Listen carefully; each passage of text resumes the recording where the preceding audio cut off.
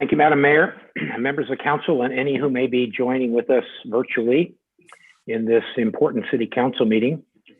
The city council just met with the city attorney and the director of administrative services and the city manager to discuss with the city council filling the position of assistant city manager. The city manager has made a recommendation of a specific candidate for that position, and the council has ratified the city manager's recommendation. City manager is now authorized to enter into a written employment agreement with an assistant city manager position. I'll leave it to the city manager to introduce his new assistant city manager to the public as and when he deems appropriate. Thank you, Madam Mayor. Thank you. With that, that takes us to our next item for our meeting, our invocation and pledge of allegiance.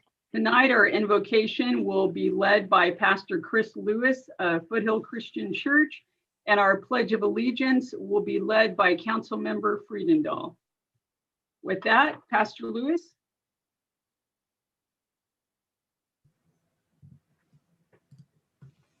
Thank you, Madam Mayor. Let's pray.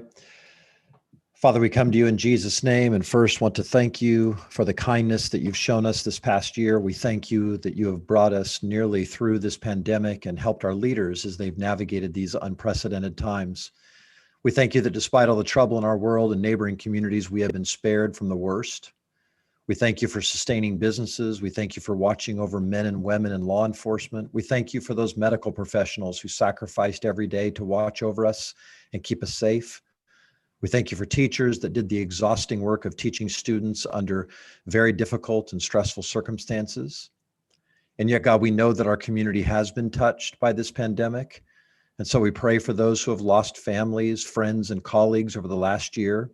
Comfort them, Lord, and may they find that as they walk through the valley of shadow of death, that you are near to them. We pray for business owners who are trying to resurrect businesses, for those who have had to throw in the towel. Lord, help them. Provide for them, and may their best days be yet to come. Lord, as we begin to walk out of this pandemic and things return to some sense of normalcy, I pray for unity.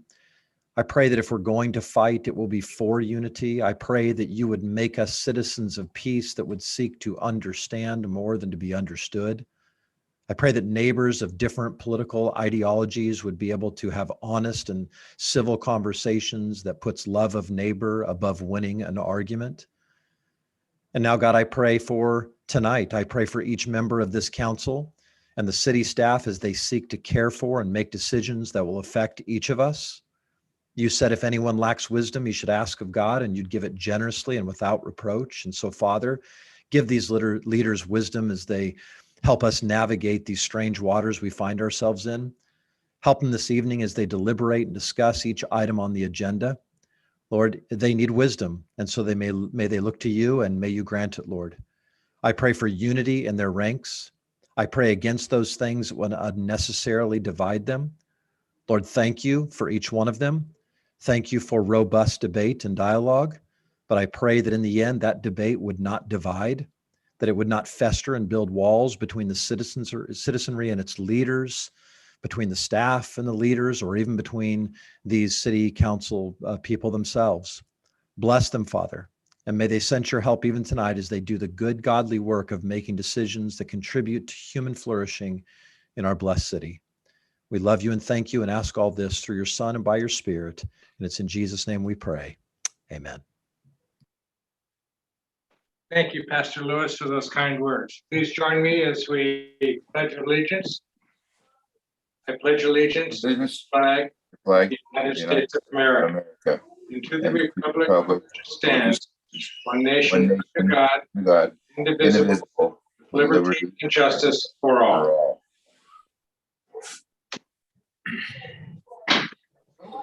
Thank you, Pastor Lewis, and thank you, Councilmember Friedendahl. That takes us to student reports, which we have none this evening. Next, reordering of and additions to the agenda. Does anyone wish to reorder or add to the agenda? Okay, hearing none, then that takes us on to public comment. At this time, I will invite members of the public to address the City Council. You're limited to 3 minutes, speaking once on subjects both on and off our agenda. You can participate by using the raise hand icon in the Zoom, and then you will be called on when your turn is up to speak. Madam Deputy City Clerk, have we received any public comment requests? We have received 2 emails from folks sending emails to the public comment email through our inbox, and we also have 1 request to speak. I will read the emails that have been received and start the 3-minute timer. The first is from Miss Melody Bennett. Glendora City Council, D. Friedendahl, M. Alawas, G. Boyer, M. Thompson, K. Davis. We want to be on public record as opposed to parking in our alleys, along with opposition to the current non-enforcement of overnight parking by the Glendora Police Department. Based on the number of items on the agenda this week, myself, along with other residents, will speak at the next meeting. We do not want each of you to be fully focused on the importance of the alley issue to us when we speak to you. This will be yet another format. We have sent emails, added our names to a list. We are taking the time and appreciate your attention. We also have noticed that we are not seeing the position or views of upcoming topics by our councilmen prior to the meetings. I personally want to hear why and on what basis you intend to vote on a subject, not just a few sound bites or nothing prior to your vote. I want to know you've done your homework. I want to see and hear you've listened to the citizens who elected you to represent your interests, our interests. You campaigned for these positions. The campaign truly begins the minute you take the office and cast your votes. Many of us are meeting on a regular basis after the results of the council meeting of May 11th. We see the need for much greater public input and scrutiny. We are watching. We are sending you messages via text, a call, an email, adding our names to lists. We do not exist in Zoom meetings alone. Several of us would like the agenda of these meetings to be posted much further in advance for the city residents to be in better position to review and prepare. At a minimum, a 1-week notification would be helpful. M. Bennett, Glendora. The next, I'll be reading from 3 emails that were sent from the same person. I'm going to combine them all. This is from Dan Garul.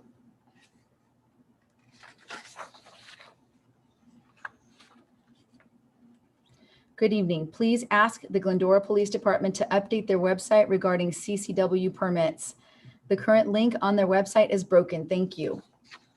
Good evening. I ask that the Glendora City Council take up the issue of a vote of no confidence in District Attorney George Gascon. Since taking office, Gascon has implemented policies including no sentence enhancements for the use of a firearm during the commission of a crime.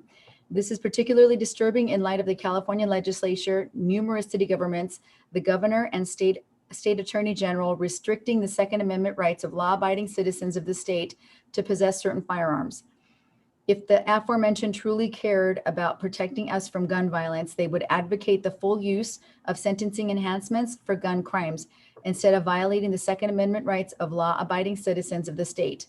According to Sheriff Villanueva, crime stats have risen in Los Angeles County from 2020 to 2021 in the following categories: homicide up 95%, grand theft auto up 40%, rape up 7.8%, aggravated assault up at 7.8%, arson up 22%.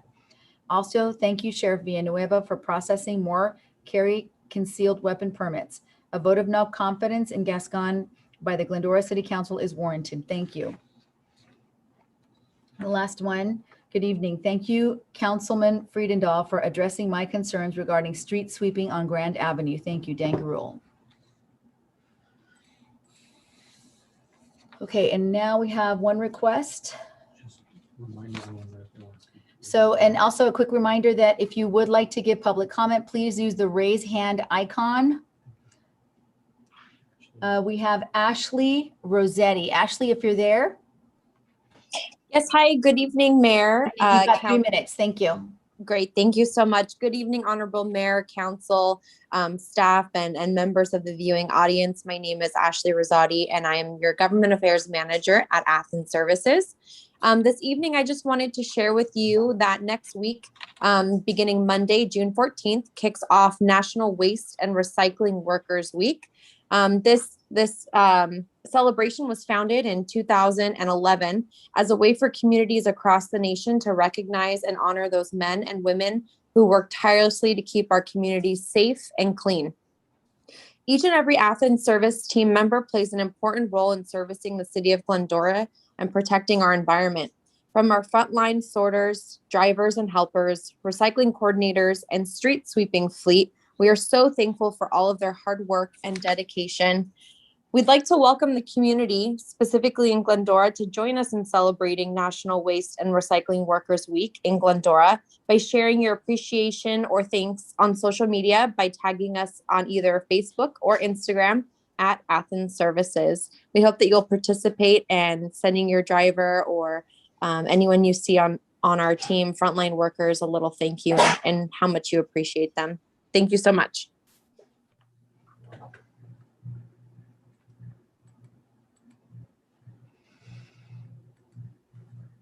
Okay, we received no other requests to speak, Mayor. Okay, thank you. With that, I will close public comment and bring it back to the council for statements and reports. Councilmember Friedendahl. Thank you, Madam Mayor. I have one announcement. In honor of the upcoming Flag Day, which is Monday, June 14th, there will be a respectful flag retirement ceremony this coming Saturday, the 12th of June in the morning at the United Methodist Church on Bennett Avenue. It is a joint presentation as an annual project done by the local Daughters of the American Revolution and Scout Troop 483 of the Boy Scouts of America. If you've never seen a respectful flag retirement program, I encourage you all to join in. They would love to have the audience and learn about our flag history. Thank you. Thank you. Councilmember Thompson. Madam Mayor, thank you. I just want to give a shout out to all of the kids that are wrapping up school, from grade school to middle school to high school, college. It's been a challenging year, and I just want to wish them just all of the best. Be aware that more kids are going to be out, so drive in a manner that knows that. And I also want to say thank you to those that taught all of those kids. The teachers have done just an amazing job this past year under some difficult times, and we should pause and honor them and say thank you to them. The goal line is going well. We've had a couple of town hall forums that are on our website. So I would encourage you that if you have not heard anything about the goal line, or if you're wondering about the goal line, go on our city website and look at those. And they're fairly short, but they will enable you to kind of know what is going on. You know, everything is going well and moving along. And that's it. Thank you. Thank you. Councilmember Alawas.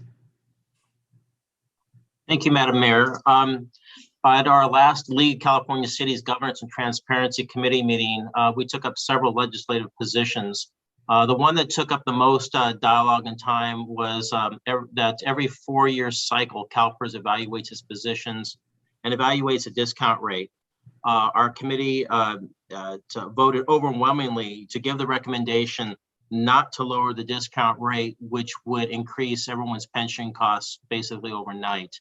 And it was amazing because we had some really good dialogue, and it was about 3/4 of the members voted not to lower it, which is a great feat and something that's rarely done, I think, in something contentious like this at the league. So I was really impressed, and everyone did a great job. That's the end of my report. Thank you. Thank you. Mayor Pro Tem Boyer.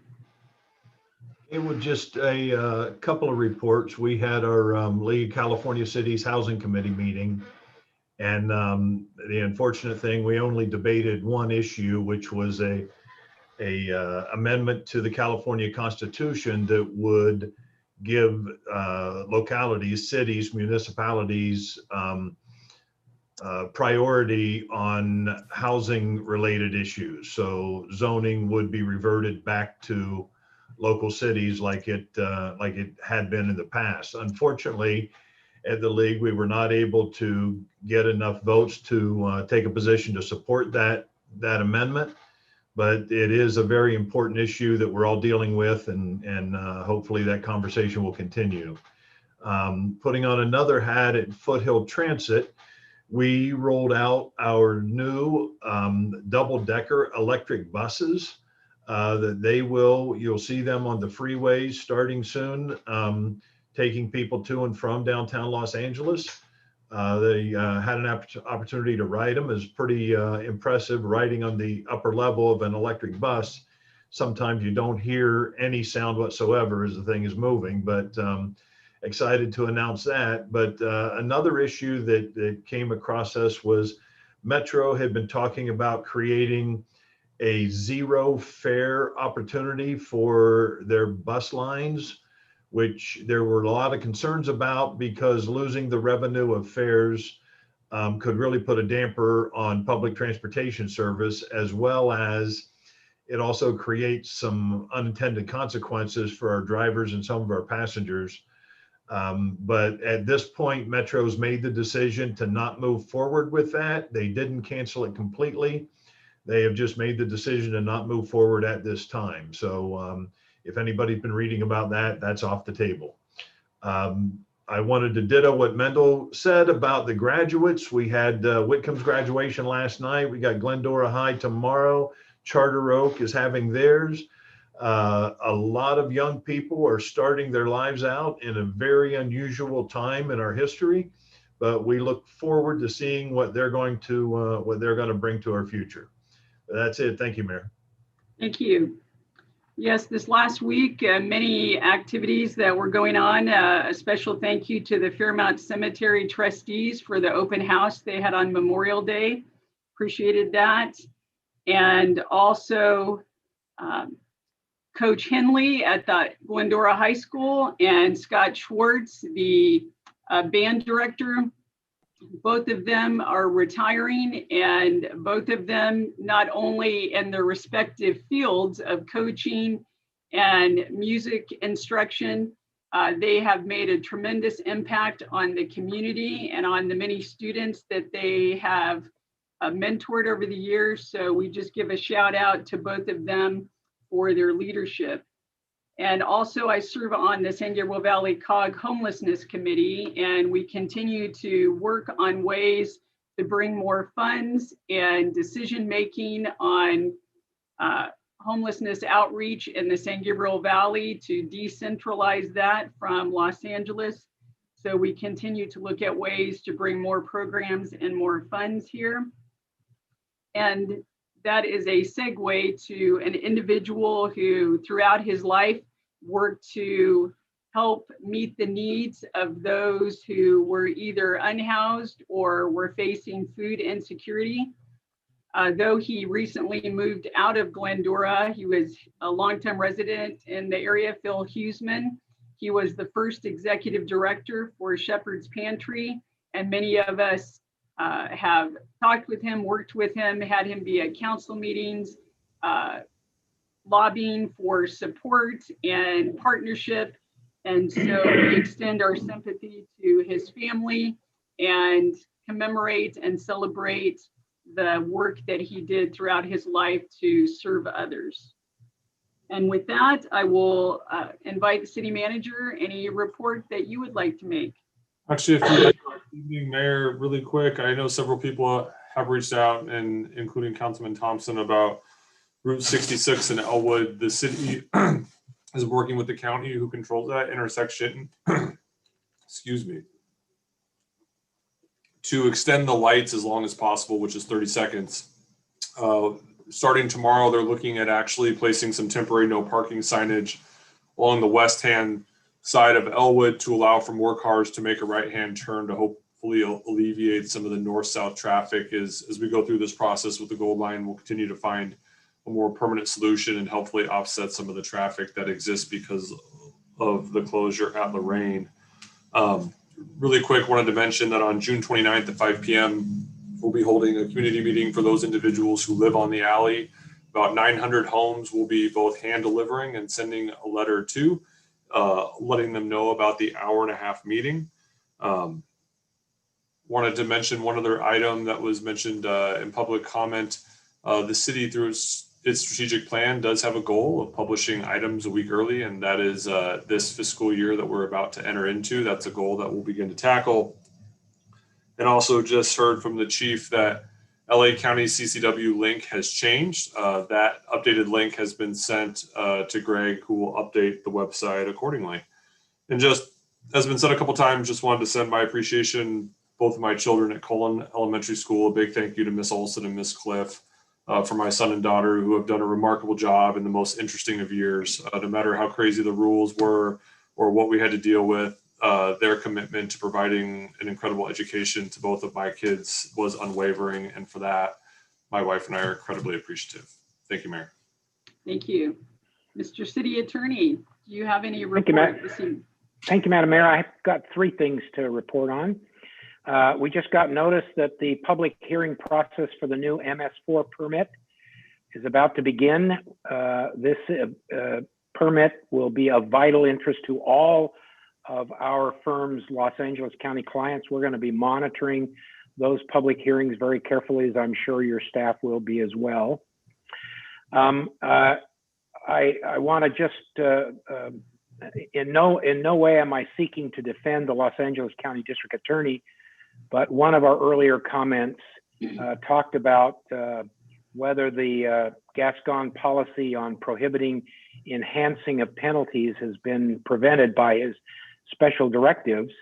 And it's important for the public to understand that that is one of several of his special directives that the Los Angeles County Superior Court has blocked him from implementing, the validity of which is presently on appeal before the Second Appellate District. So there are other aspects of the second special directives that I, as a city attorney, think are unwise and contrary to public policy. But I also am pleased to note that a number of the significant special directories, their implementation has been blocked by court order and will remain so unless and until the Court of Appeals lifts those restraining orders. And then the last thing I want to make you aware of is I'll miss the next council meeting because I'm attending the graduation of one of these seniors who had to spend their senior year going to class remotely. Our oldest granddaughter graduates from high school in Virginia. I actually told the city manager that I could Zoom into your council meeting and not miss it until I realized if your next council meeting goes till 10 o'clock, that'll be 1 o'clock in the morning where I am. And much as I'm loyal to the city, I'm not that loyal. So I'll ask Lana to cover the next council meeting. Thank you, Madam Mayor. Thank you, Mr. Winder. That takes us to special items. The first, COVID-19 reopening the economy update. Mr. Raymond. So I am excited to be here for the second straight meeting without a comprehensive update. Largely, we're still in the same position that we were previously, anxiously awaiting any final guidance on the June 15th masks. There has been a conversation around Cal OSHA, what masking would be like as it's required in the workplace. LA County Department of Public Health will hold a workshop on the proposed rules on June 10th. The city will publish that on its social media to ensure that gets out to the residents. But as we continue down this path, we look forward to more and more opportunities in person. We look forward to capacities returning to normal, seeing people back in all of our facilities and at our parks, and ensuring that people are having a great time in the city of Glendora. So with that, I'll turn it back over to you. Thank you. That takes us to our next item, a proclamation proclaiming June 2021 as LGBTQA Pride Month. And I will be reading that proclamation. Whereas on June 1st, 2009, President Obama issued proclamation number 8387, for Lesbian, Gay, Bisexual, and Transgender Pride Month. And whereas the City of Glendora values the dignity of each person and is dedicated to fostering the principles of equality, respect, and freedom from discrimination based on sexual orientation. And whereas the City of Glendora's lesbian, gay, bisexual, and transgender residents are a vital part of all fields and professions and contribute to a stronger community. And whereas the City of Glendora is committed to being inclusive, recognizing we are a diverse community, strengthened by the rich diversity of ethnic, cultural, racial, and sexual identities of our residents, all of whom contribute to the vibrant character of our city. And whereas the City of Glendora denounces prejudice and unfair discrimination based on age, gender identity, race, color, religion, national origin, sexual orientation, or physical attributes. Now, therefore, we, the City Council of the City of Glendora, do hereby proclaim the month of June 2021 as LGBTQA Pride Month and urge residents to actively promote the principles of respect, equality, and inclusiveness. And witness whereof, I have hereunto set my hand and caused the seal of the City of Glendora to be affixed this 8th day of June, 2021. And Madam Deputy City Clerk, is Alejandra Martin on the call by any chance? Hold on. I don't believe we've seen her on. We're just doing a search. There's quite a few people on there. Nope. No, Okay, no. thank you. All right, then we will go on to public hearings. Public hearing to receive input from the community regarding the redrawing of election district boundaries. So Kathleen, I believe you are to report, City Clerk Communications Director. Thank you, Mayor Davis. Tonight, we're here to conduct the first of 4 public hearings relating to the redrawing of election district boundaries following the 2020 census. The main purpose of this particular hearing is to seek public input in identifying neighborhoods and communities of interest, which is one of the criteria that must be considered for drawing a map in compliance with the Fair Maps Act. At this time, I would like to invite Jeff Simonetti from National Demographics Corporation to provide a brief PowerPoint, and then we will be receiving public input. Good evening. Can everyone hear me? We can hear you, Jeff. Perfect. Good evening, Mayor Davis and members of the City Council. My name is Jeff Simonetti. I'm with the National Demographics Corporation. I'm also joined here this evening by my colleague, Justin Levitt. So we appreciate the opportunity this evening to walk through a bit more on the redistricting process, and appreciated the opportunity to begin the introduction at last month's introductory. So as Kathleen was mentioning, the purpose of tonight's public hearing is to walk through some particular project timelines, a few key deadlines that we have that are associated with the process, and in particular, get feedback relating to a discussion around what neighborhoods and communities of interest that the public and the City Council want to identify. So if we can go to slide 3, in terms of the introduction here, as you know, the City of Glendora switched from at-large district to by-district elections in October of 2017. And in terms of when the elections will be up, Districts 1 and 4 terms expire in March of 2022.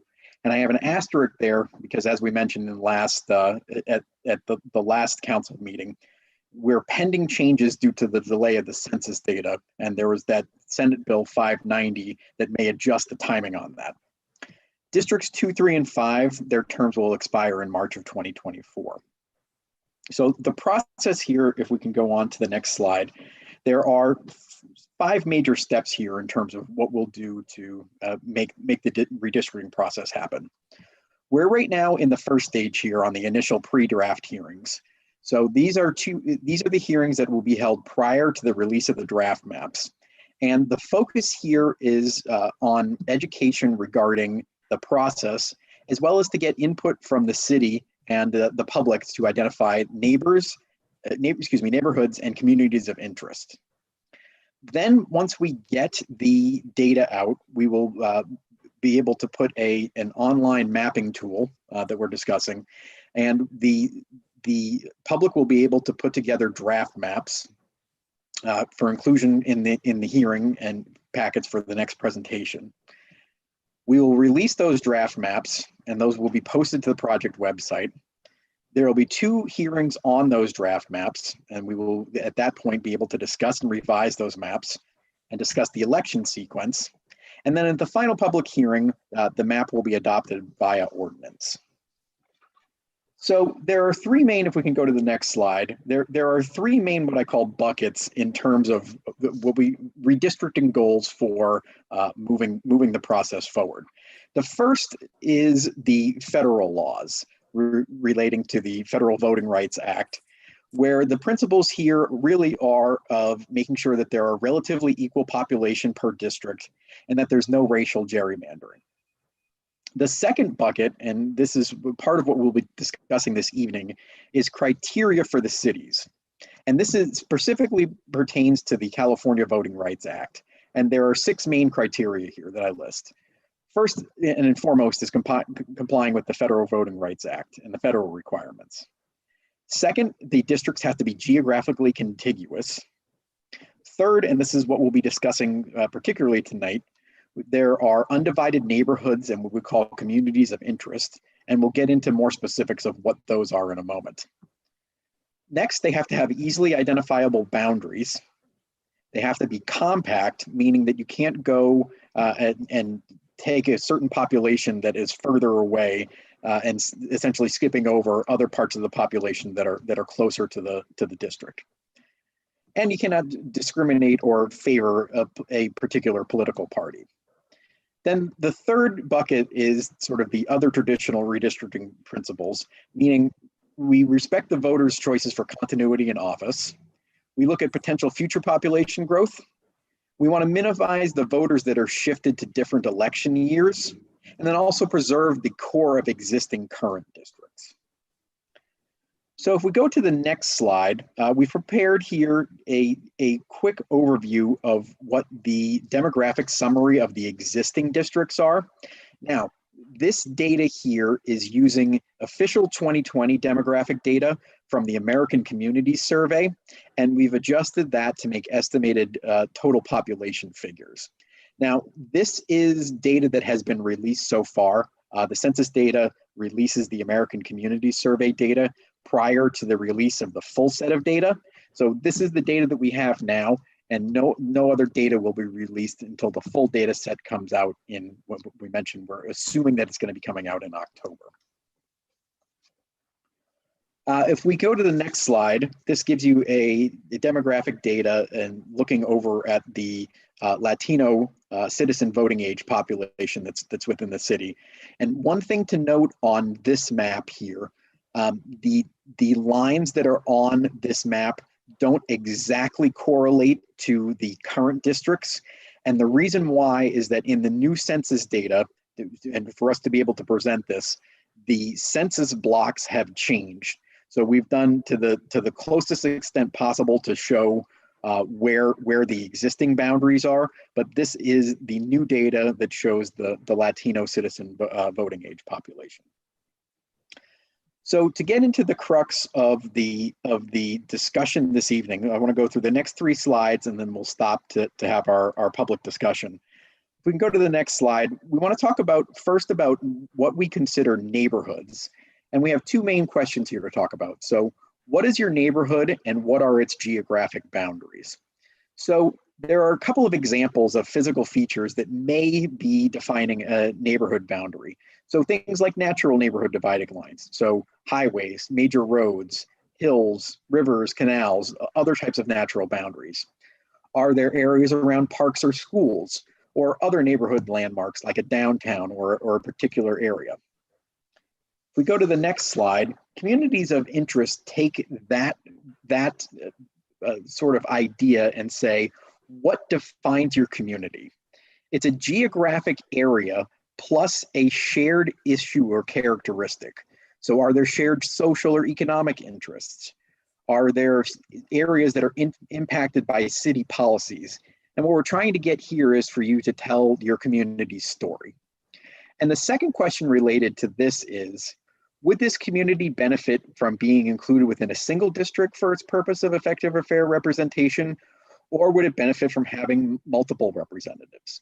So for example, is there a community, like by way of an example, a downtown district that the city council and the public believe should be represented by one council member, or should that area be divided up and have multiple representatives? So that's what we're trying to get at here. Now, important caveat here at the bottom that we mentioned too, the communities of interest may not include relationships with political parties, incumbents, or political candidates. And if we could go to the next slide, some possible neighborhoods and communities that we've identified for purposes of beginning the discussion is, are there areas around the downtown or the civic center? Are there special plan zone areas? Are there HOAs or private communities that we want to identify as either a neighborhood or community of interest, as well as the business improvement districts? So if we could go to the final slide, this is where we'll stop. And what we're looking for this evening is to receive public input on what is your neighborhood and what are its boundaries, and then what are some of the other notable areas in the city related to the communities of interest that we discussed, and what are their boundaries. So with that, we appreciate the opportunity to discuss, and would be happy to take questions and continue the public hearing. Thank you. At this time, as we continue the public hearing, I would invite members of the public to give testimony. Each speaker can speak for 3 minutes. Do we have any requests, Madam Deputy City Clerk? Thank you, Mayor. I have seen nothing come through on the email for public comment. We have no requests or raised hands for the Zoom meeting attendees. I'll make that announcement one more time in case there's anyone that hasn't had the opportunity yet. If you would like to speak in this public hearing on redistricting, please use the raise hand icon on your screen and we will call on you to speak. No requests have been received. Okay, thank you. With that, then I will bring it back to the council for discussion and close the public comment. Councilmember Thompson. Madam Mayor, thank you. Hey, Jeff, could you go back to your second slide? And I really just want you to kind of explain, well, no, that's not the slide where you had the three, that one. So on number 3, bullet point 1, what does that mean?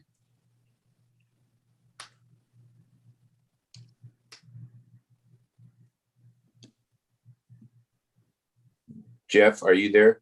Sorry, I was on mute there, and Okay. I wasn't able to. So in you were saying on. Well, I don't know what on number 3. What does bullet point 1 mean? Meaning respecting voters' choices and continuity in office. Yeah.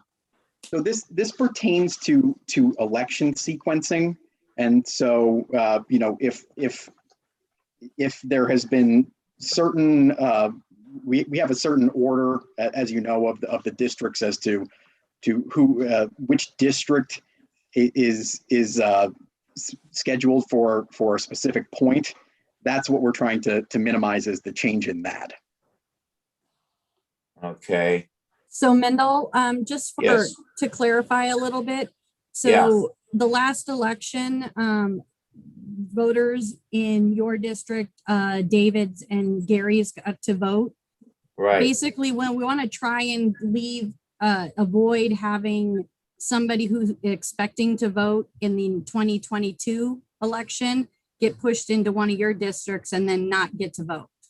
That's basically, okay. that's basically Yes. what we Okay. try to do. Okay. Thank you, Jeff. Thank you for this update. I have nothing else. Thank you. Thank you. Councilmember Alawas. Thank you, Mayor. Jeff, can you go back to the slide where you have some advanced data of the demographics? Yes, so that was, you're talking about the next slide here? Yes. This one. Yep. Yes. Did you compare that with the previous census data? Yes, so this, and again, just remember that this is an estimate. Sure. And we'll have your updated numbers here. But yes, there's been a slight, I need to go back and look at the exact numbers, but yes, there's been a slight increase in population. How about with the different populaces? Has that changed the percentages? So this is Justin Levitt with National Demographics, and I compiled the data personally. So if I can just answer this, not to interrupt Jeff or anything, but there has been an overall shift where the city has basically become slightly more Asian, slightly more Latino. But since 2017, we're really only talking about 1 or 2 percentage points citywide. We're not talking about major changes. Have you been able to see any bubbles of population growth in certain areas? Well, one thing we want to emphasize with the estimates, particularly in a city the size of Glendora, and particularly with the city council districts as they're drawn, is that, these are estimates. Sure. It's very likely, for example, that districts 4 and 5 next to each other, it could simply be the way that the 2010 data translates into the 2020 blocks. And once we get the actual numbers, that it actually may be under 10% deviation. We haven't seen any specific areas of growth in particular that really stand out throughout the city. But there has been, of course, just some general growth scattered throughout the city. So it looks like this here on the preliminary that districts 3 and 4 may have to swap a little bit of population if this were to be what is going to be. And then District 1 may have to also maybe lose a little bit to balance everything out. And that's why I want to emphasize that these are just the estimates, Sure. because it is very possible that once we get the final lines, that the deviations are smaller than we're showing. So one last question. You've done this in the past with getting this preliminary information. How accurate has it been? Well, normally we would be talking about real census data by now. And this is the real challenge because we want to give you an idea. And what we see is that we're looking at these numbers. We're talking about hundreds of people, not thousands of people, in terms of the difference between populations between the districts. And that really indicates to us that we're not going to see huge amounts of population shift. It may be a small need to change, say between 3 and 4 or 4 and 5 from what we're seeing here. But it could also be the case that the way we do estimates has put too many people on one side of the line. And it could be under 10%. We think that these are about, I would say 95% accurate, but there still is some room there for those minor numbers on the margin to look different. Okay, thank you very much. All the questions I have. Thank you. Councilmember Friedendahl? I think Adam had a question. Oh. I was just gonna sort of piggyback on that question with the population estimates, just to help our internal goals. And I'm sure this may be a question that the council is at the state California Department of Public Finance issued theirs, and it actually projected our population shrunk by a little bit, not actually grew. So is there a possibility when we get the final estimates that all that gets figured and fettered out, or is this just sort of a historical trend based on, or is this based on actual census data to date? Yeah, so this is based on American Community Survey and other official census data projections and the surveys that they do. So it could be the case that in the last 2 to 3 years, we're seeing a different trend than we saw for the first 8 years of the decade. But my feeling here, and this is just my kind of personal read of the data, is that we're going to see the numbers look very similar to what we saw in 2010, and certainly very similar to what we saw in 2017, even more closer to 2017. I appreciate that very much. Thank you. Thank you. Councilmember Friedendahl. Thank you, and thank you, Jeff and Justin. I had a thought and a comment come up, and you've addressed it a bit with the effort and concern to minimize the amount of voters that get pushed to a different district based on realigning. Anticipate we're going to see some, and they may actually be voters that exercise the privilege to vote. So I'm not sure how we address that if they go through 2 consecutive cycles and don't get to vote. How do we deal with that noise? I'm not sure. And that noise, but it's legitimate. That can be anticipated, I expect. So just a comment. Yes, and that's something that obviously we're trying to minimize as much as possible through the process. Okay. Nothing else. Okay, thank you. Mayor Pro Tem Boyer. Okay, basically staying on that same subject, because I had somebody reach out to me, and it sounds like it may have reached out to others, that was extremely unhappy with the way that our districts turned out. Is there a process or in your experience, has there been situations in where the districts are completely redrawn, where they don't even come close to the districts that are currently in place? Justin, what's your experience on that in the past? I would say that 90% or more of the time, the new lines look reasonably close to the old lines. The times and places where we've really seen major change have been cases where cities have grown or shrunk substantially. And I think, we did see it in the city of Surprise, Arizona, which grew by 500% in the decade. And they had no choice but to redraw their lines substantially.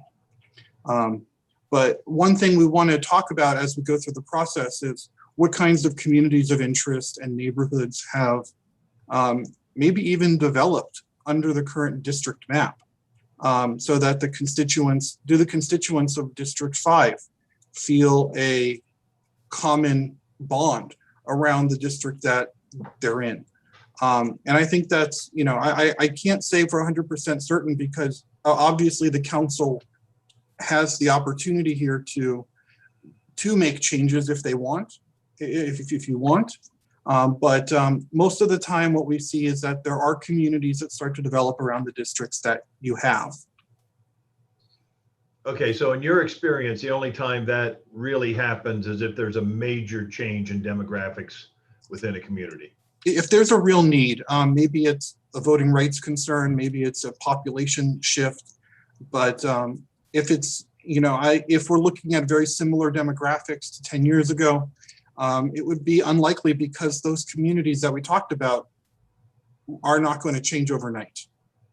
Oh, okay, that's really the only question I have. I appreciate it. Thanks. Yeah.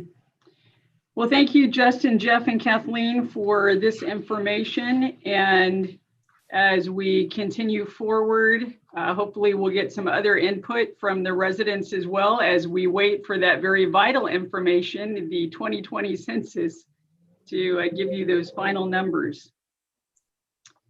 I would request a motion to receive this report. So moved. Second. Thank you. That is a motion by Councilmember Alawas and a second by Councilmember Thompson. I'm going to take a roll call vote. Councilmember Alawas? Yes. Councilmember Thompson? Yes. Councilmember Friedendahl? Yes. Mayor Pro Tem Boyer? Yes. And Mayor Davis? Yes. That passes 5-0. Thank you, Mayor. Thank you. That takes us to item 6, a public hearing to consider a resolution adopting the City of Glendora 2020 Urban Water Management Plan. I will open the public hearing and call on Assistant Public Works Director Chisholm Obigolo to report. Thank you, Madam Mayor, members of the council. My name is Chisholm Obigolo, Assistant Director here in Water.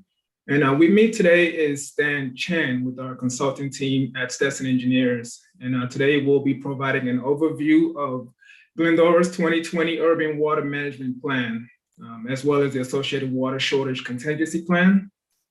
So I'll go ahead and kick things off here by providing a brief overview of the water management plan and how it applies to our community here in Glendora. And subsequently, Stan will discuss our findings in more detail. Next slide, please. So this is essentially a legislation that stemmed from the Urban Water Management Plan Act of 1983, and essentially requires all urban water suppliers to prepare and adopt a water demand and supply plan and review it every 5 years to make necessary amendments based on certain variables such as population projections, climatic change, water supply, etc.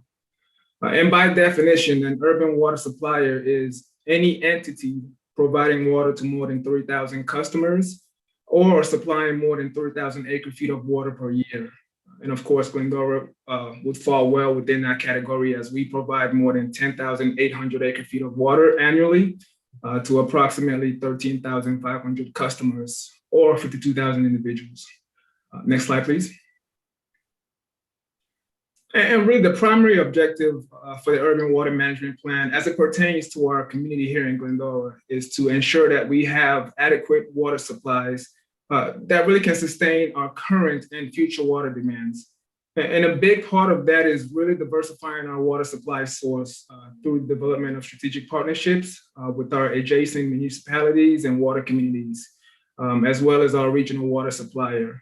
As mentioned in today's workshop, we're looking to undertake a comprehensive water infrastructure and supply assessment. And this is in line with the city's overall strategic plan. And really the objective of this assessment is to identify the deficiencies and vulnerabilities within our water system, which will ultimately culminate into a list of projects that will enhance our water system from a supply and operation perspective. Next slide, please. This slide enumerates the key sections of our urban water management plan, which we'll discuss in detail later in the presentation. And really, one section to note is section 8, which identifies the city's water shortage contingency plan. And essentially, this details the city's plans to mitigate or respond to an actual water shortage and what steps we'll take in that event. Next slide, please. And really quickly, before I pass it over to Stan, just want to briefly discuss our current water demands and our projected water demands. Currently, our average, as mentioned, is about 10,800 acre feet. We hit our low, which was about 8,800 acre feet back in 2015, 2016. And this was essentially the peak of our water conservation outreach efforts. And our high demand was noticed or realized in 2013, 2014 at 13,273 acre feet. And our projected use for 2025 all the way to 2045 is an average of about 11,000. So not that much of an increase, but nevertheless, we do want to consider that in our management plan. So with that, I'm going to go ahead and pass it over to Stetson Engineers to provide a little bit more information on this. Next slide, please. Well, good evening. This is actually Jeff Helsley with Stetson Engineers. Good evening to Madam Mayor, members of the City Council, and Chisholm. Stan Chen is here with me. Say hi, Chen. Stan. Hi, this is Stan. Stan was project manager on the Urban Water Management Plan. Worked closely with Chisholm and city staff to prepare it. This is Stan's third public hearing on urban water management plans today, so I'm going to do at least the initial presentation here to try and help him out a little bit. I'm the engineering manager in our Covina office. So these are the components, major components of an urban water management plan, including, and we'll talk about this a little more in detail, demonstrating a reduced reliance on imported water, talking about identifying the water use characterization within the city, which is really giving a breakdown of your water demand by the types of users you have, by single family residents, multifamily residents, or commercial, and that type of breakdown.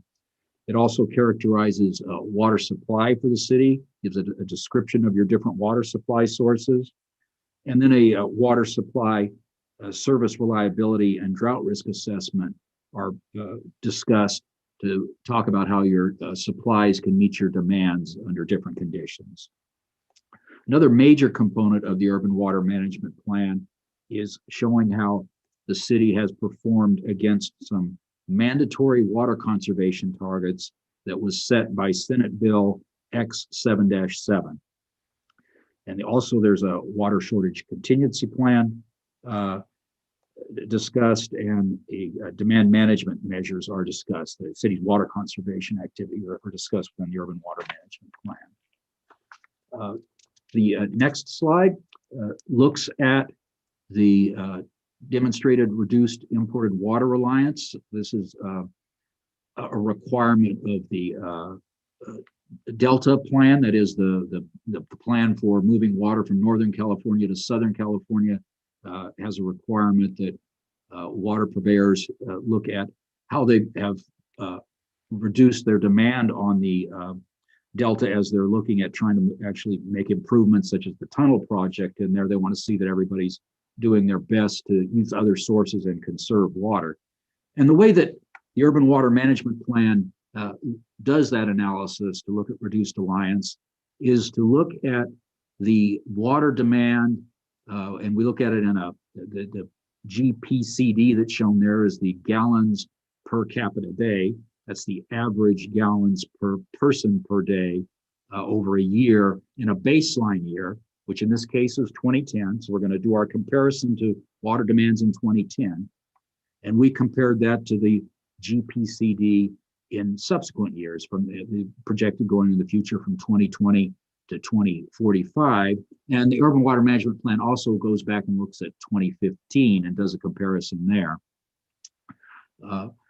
We then take that GPCD and multiply it by the population, take the number of gallons each person uses and multiplies it by the population that's projected in the future to see what your uses will be projected to be on a per person basis.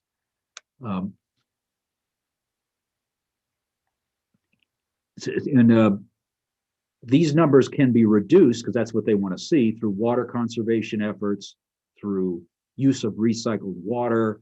One of the city's main sources of water is groundwater. If the groundwater is replenished with recycled water, or there are plans in the future to use recycled water, that also reduces your reliance on imported water in the future, because that less imported water is used to recharge the groundwater resource that you're using.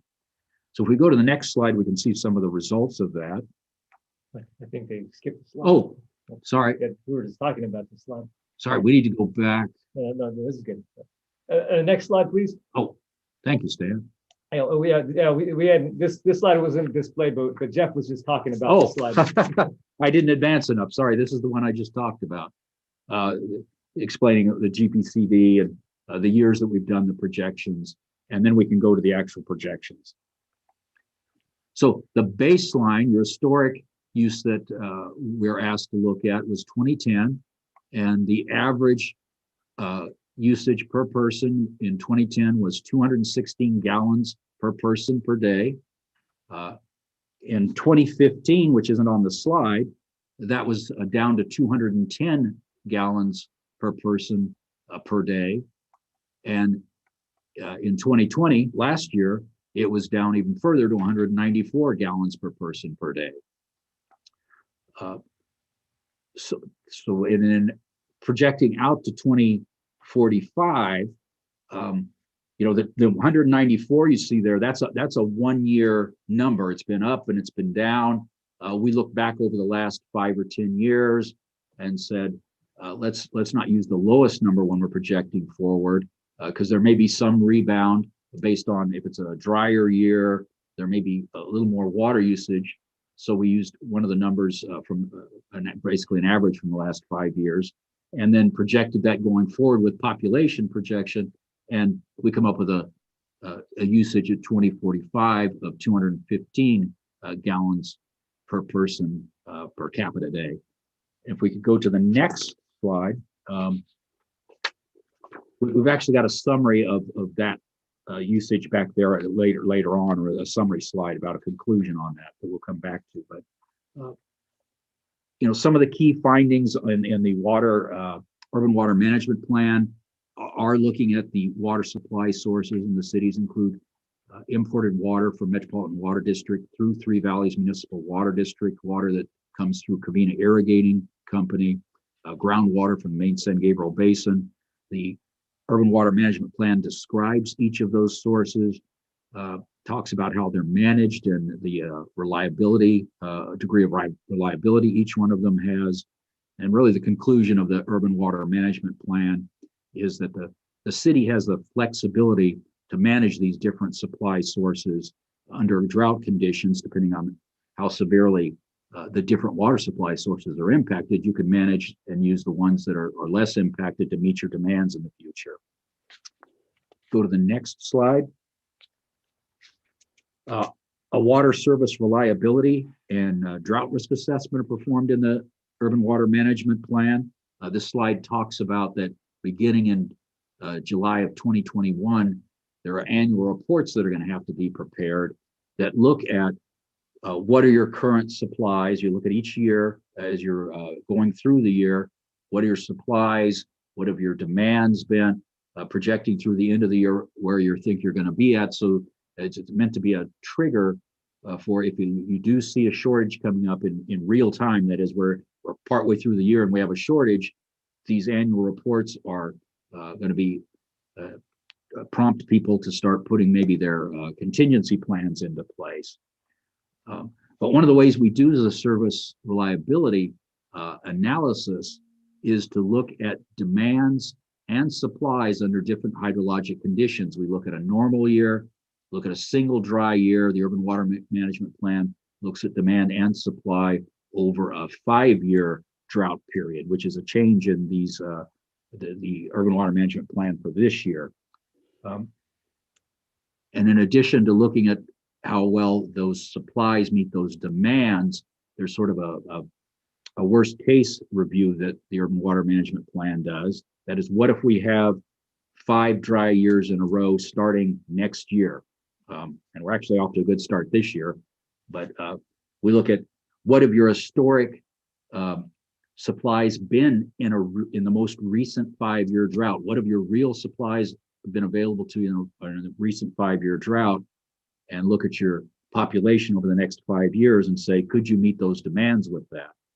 And because the future supply is really unknown, there can be some variability in it. In some cases, that does show in some years that we might not be able to make the demands, but it's a small difference between supply and demand based on that historical supply. And the drought risk assessment also looked at what actions can be taken. And it shows that if there are a deficit in supply, it can easily be made up through water conservation and implementing a water shortage contingency plan in the early stages. It doesn't have to be severe stages of a shortage plan to meet those demands. Okay, we go to the next slide. I mentioned, key findings. There we go. I mentioned in the prior slide the water storage contingency plan. The city already has a water shortage contingency plan. It's a 3-stage plan that they've had in place. DWR in this urban water management planning process wants that to again be formally adopted as part of the urban water management plan. But also, they have a 6-level contingency plan that they compare things to. And the urban water management plan basically shows a correlation. How does the city's 3-step plan correspond to the state's 6-stage plan that they use for analysis? And basically, like one of your stages may be in place for 2 of the stages that they have. to meet the water conservation or demand reduction that both plans would want to achieve to meet water demands during a shortage. The contingency plan also does identify the water conservation efforts and programs that the city has, and with support for how it could meet some of those reductions that might be needed if there is future shortages in supply. If we could go to the next slide, which is my last.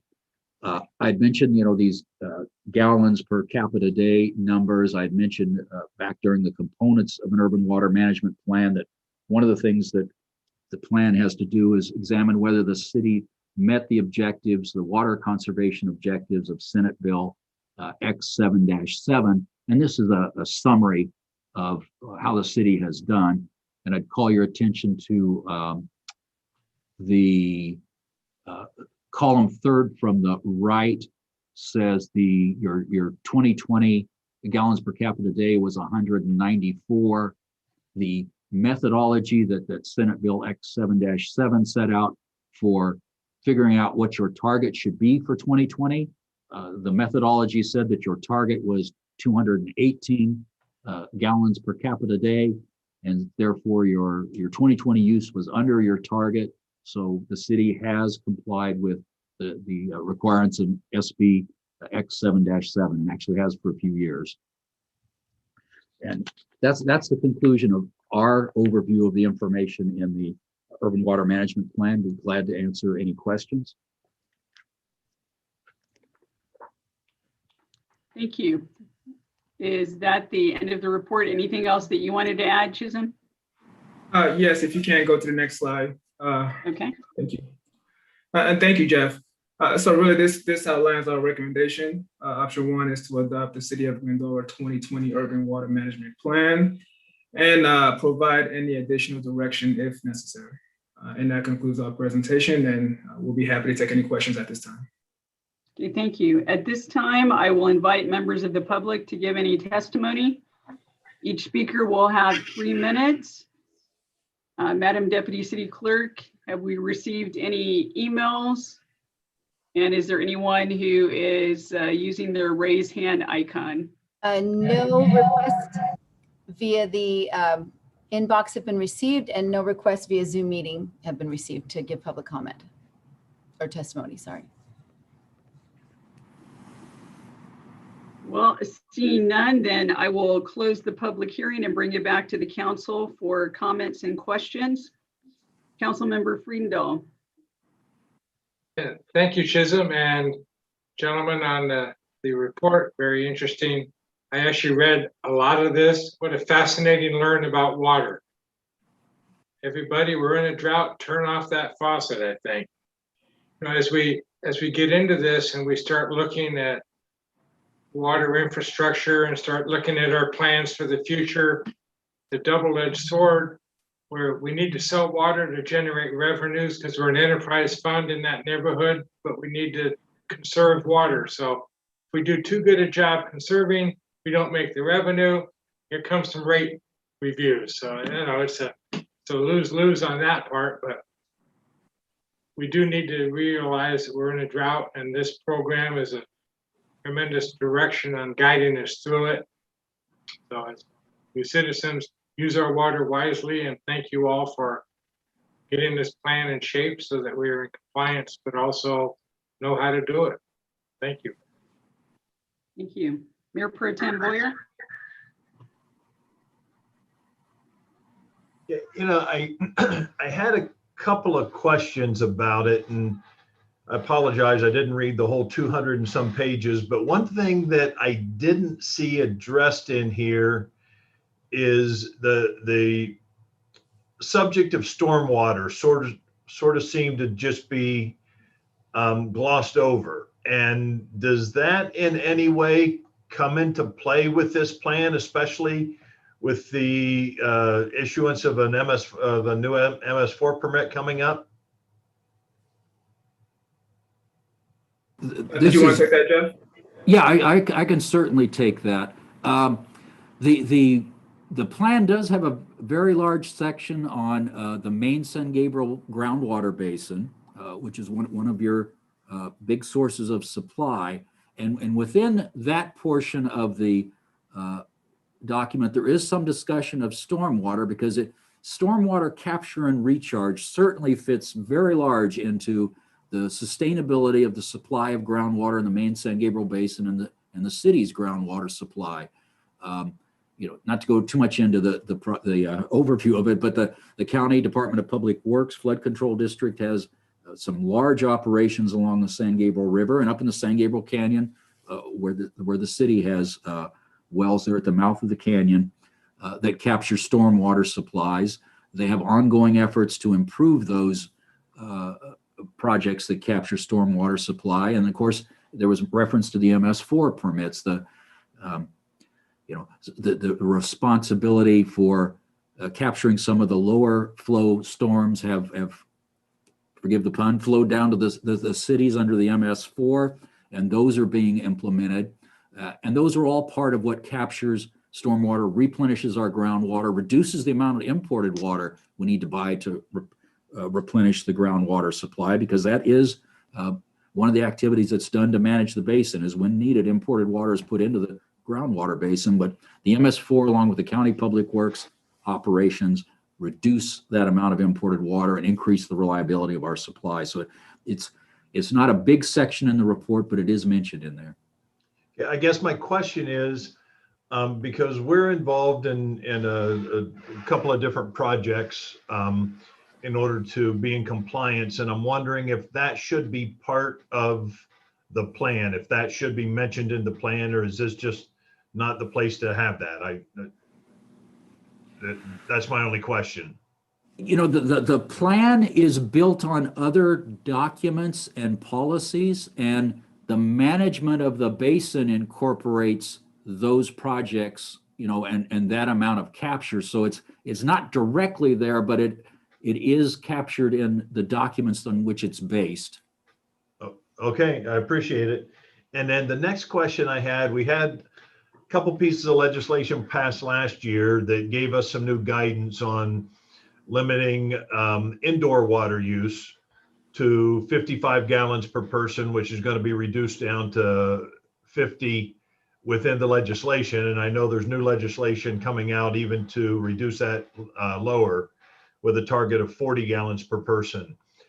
I didn't see as we address moving forward, I guess what I was looking for was, are we starting to have a plan that will help us to get to those guidelines that are going to be coming our way? Or is this more of just, this is what we do, not necessarily helping us to reach those future targets? Well, the requirements for the 2020 plan, started going back a couple of years ago. DWR putting together what is it we needed to have in this plan. So those requirements, those new requirements that you're referring to are so new they're not incorporated in the guidelines about how to prepare a 2020 plan. And in fact, even though we're hearing these numbers come out about what conservation we may have to meet, it's not clear how we're going to have to meet those. Frankly, there's a lot more guidance or information known that needs to be known on those requirements before we could put together a planning document like this to know how it is, know when and how they want us to get there, and putting a plan together to show how to do it. Everybody that very closely. Yeah. So would there be an amendment coming out to the plan, or how often do we do this plan? These are required every 5 years on the years that end with 0. Okay. 0 and 5s. So and it's anticipated we won't have to amend this plan until a new one is required in 2025. Now, other action may be needed depending on how the legislation comes out before that, but we don't anticipate we'll have to amend this plan. Okay, perfect. Those are my only questions. Thank you. Thank you. Councilmember Alawas. Thank you, Mayor. Chisholm, thank you for your report. There's an awful lot in this report. And to Gary's point, I didn't read the whole thing, but I read a great deal of it. And there's an awful lot to consider moving forward. We have 3 questions. The city is responsible for the water runoff during the rainstorms, which is our MS4 permit. Does that also work in the ownership of the water runoff? And is there a limit to what the city can trap and store? There is no limit, and I'll take that and I'll sort of revert back to Jeff. But currently there is no limit. As mentioned, we do have the 2 upper basins, the 2 pits in our upper basins, which are highly sensitive to our climatic conditions. So really, and we have several tributaries that fall into those basins. So really as much water as we can get in those basins is our limit.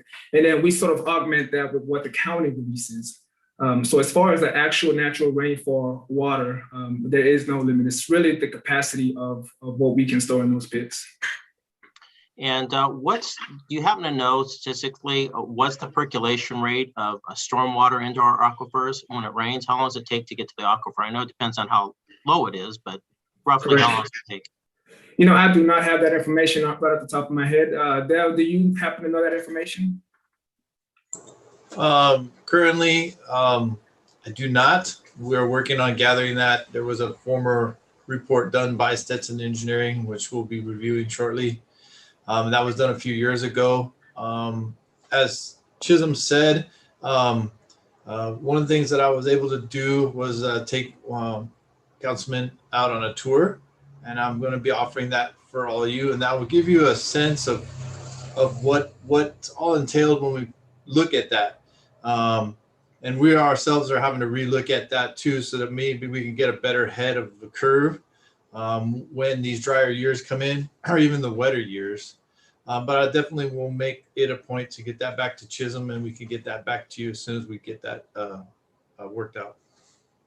Okay, and my last question is, in the run-up to Measure W allowed property owners to offset fees by capturing stormwater. What amount of water capture is required to offset your Measure W fees as an independent owner? And can this data also be used in support of Glendora's water plan? Basically, is individuals that may live in the foothills or has larger piece of property that can capture water, then we're going to have a little problem with vector control probably, but can they capture this, Glendora use this in their data showing what we're trying to do individually, but then also offset the Measure W fees to the individual property owner? That is correct. And yeah, you're right, Councilman. We are in a sort of a conundrum, but typically we offer the 50-gallon rain drums. Essentially, is what is offered to each homeowner, and that is the amount that we typically use to offset that conservation amount. I guess what I'm trying to say is there are some properties that can use runoff. They're larger properties and live in the hills, and they can capture some of this water for the Measure W. Any idea how much they can capture and what it takes to offset those Measure W fees? Because when I was working on that, they didn't come up with that formula just as yet. Do you happen to know what that formula might be? Michael, Allison, this is Allison, and I am working closer to the Measure W as part of some task force, but right now I am not able to answer that question. I understand where you're headed. I would have to do a little bit of research to give you a more complete answer. Okay, fair enough. Thank you. Councilmember Thompson. Madam Mayor, thank you. Thank you, team, for this great update. It was an interesting read. I have two questions.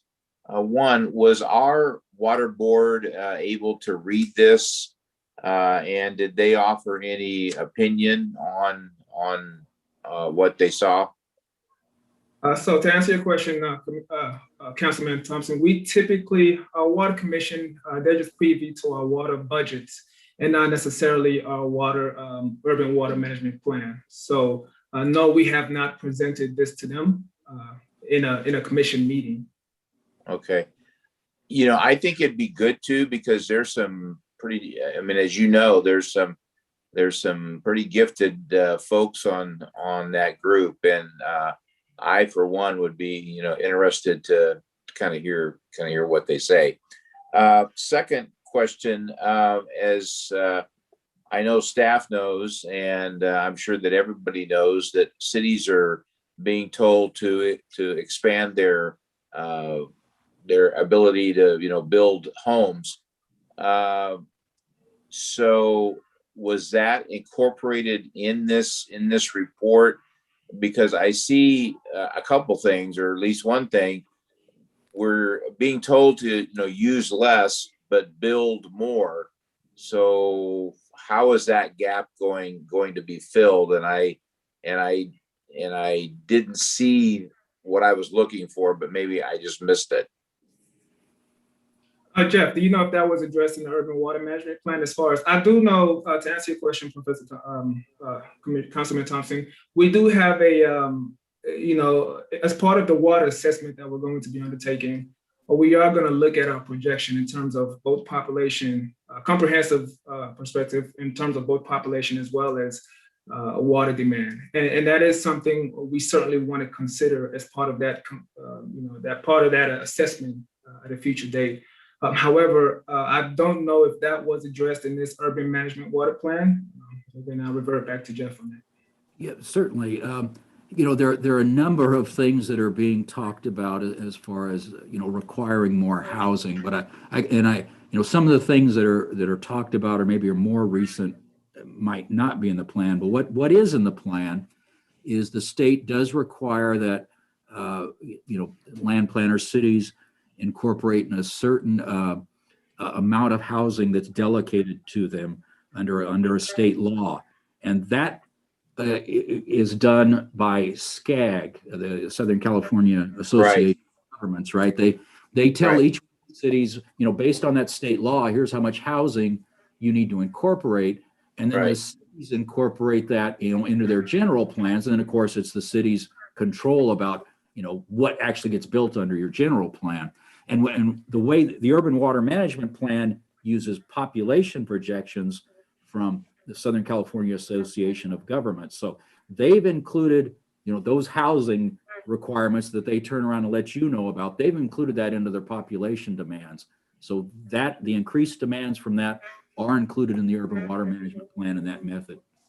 And Councilman, I would add, just because it has to be zoned for, that doesn't necessarily mean it'll be built, as we've seen throughout the time. Right.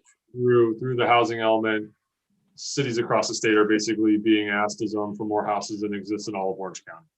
There's not a real practical, ability for that to happen just in raw materials, let alone natural resources such, and utilities. So I think as that begins to shake out, we'll be back before the council with the next 5-year update, presumably before a lot of that housing is under construction.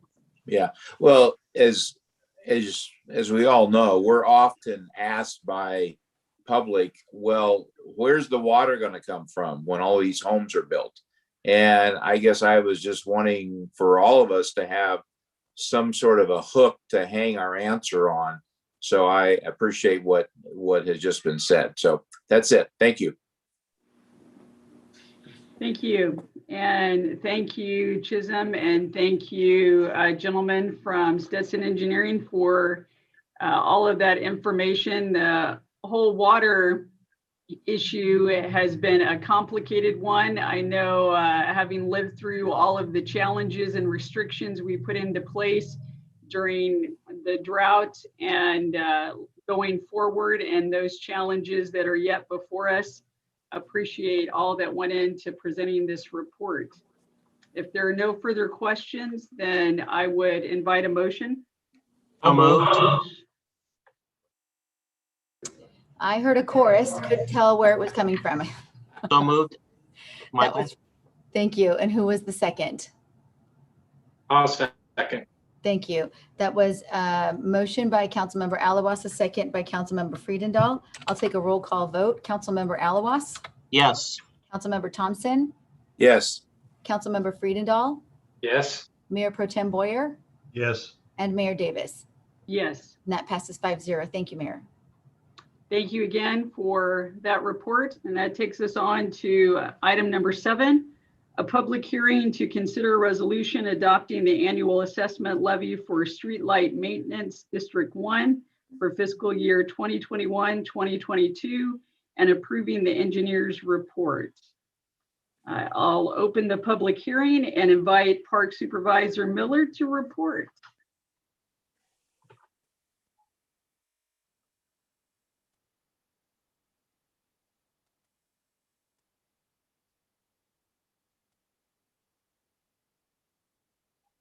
Andrea, you can unmute yourself.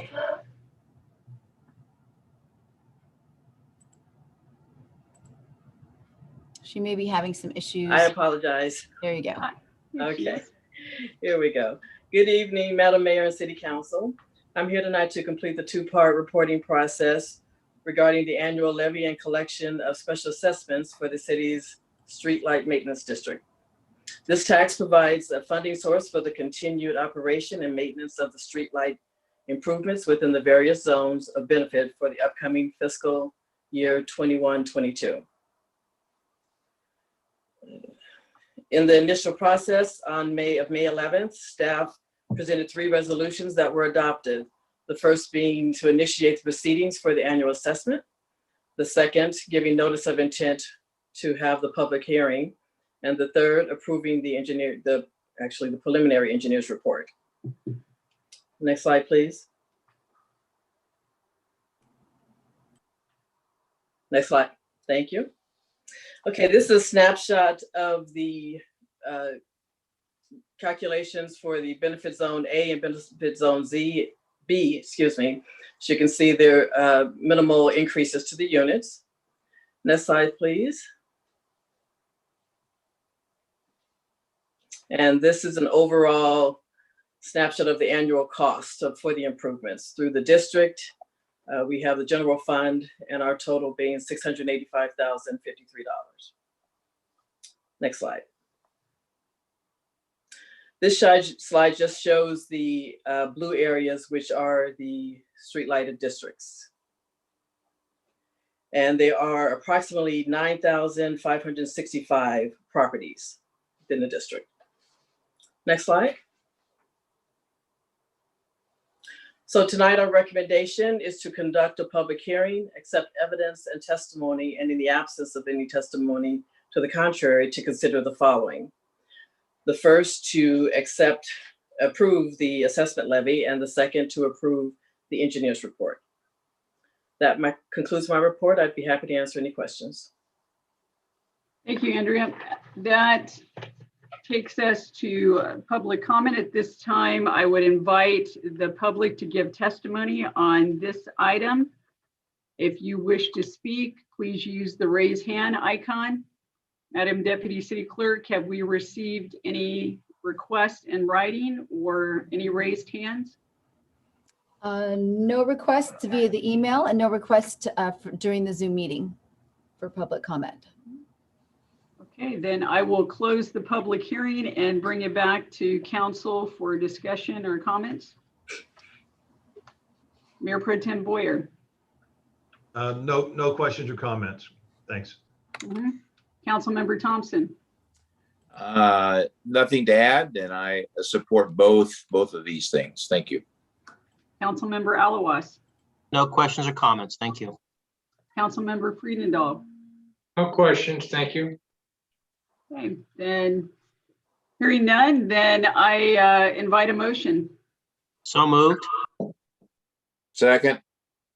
Thank you. That is a motion by Councilmember Alawas, a second by Councilmember Thompson. I'll take a roll call vote. Councilmember Alawas?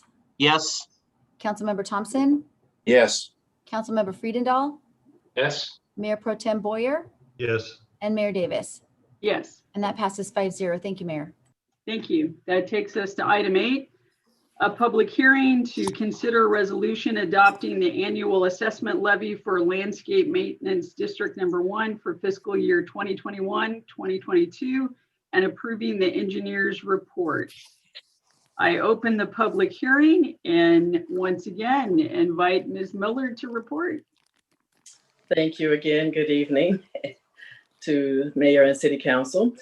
And again, tonight I'm here to complete the other two-part process for the Landscape Maintenance District, annual assessment and collection of the assessments for this district. Again, this tax provides a funding source for the continued operation and maintenance of the landscape improvements within the various zones for fiscal year 21-22. Next slide, please.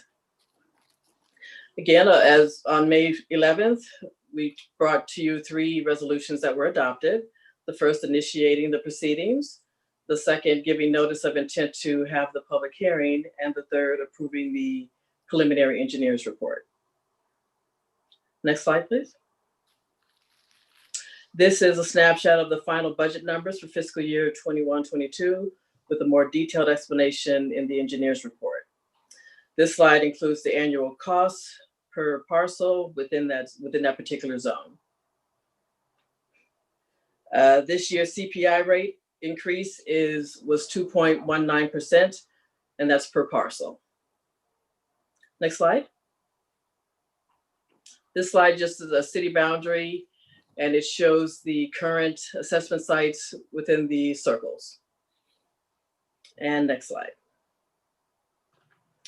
And again, our recommendation is to conduct a public hearing, accept evidence and testimony presented, and in the absence of testimony to the contrary, to consider the following 2 resolutions, the first being to approve the assessment levy, and the second approving the engineer's report. That completes my report. Thank you. At this time, I'll invite the public to give testimony.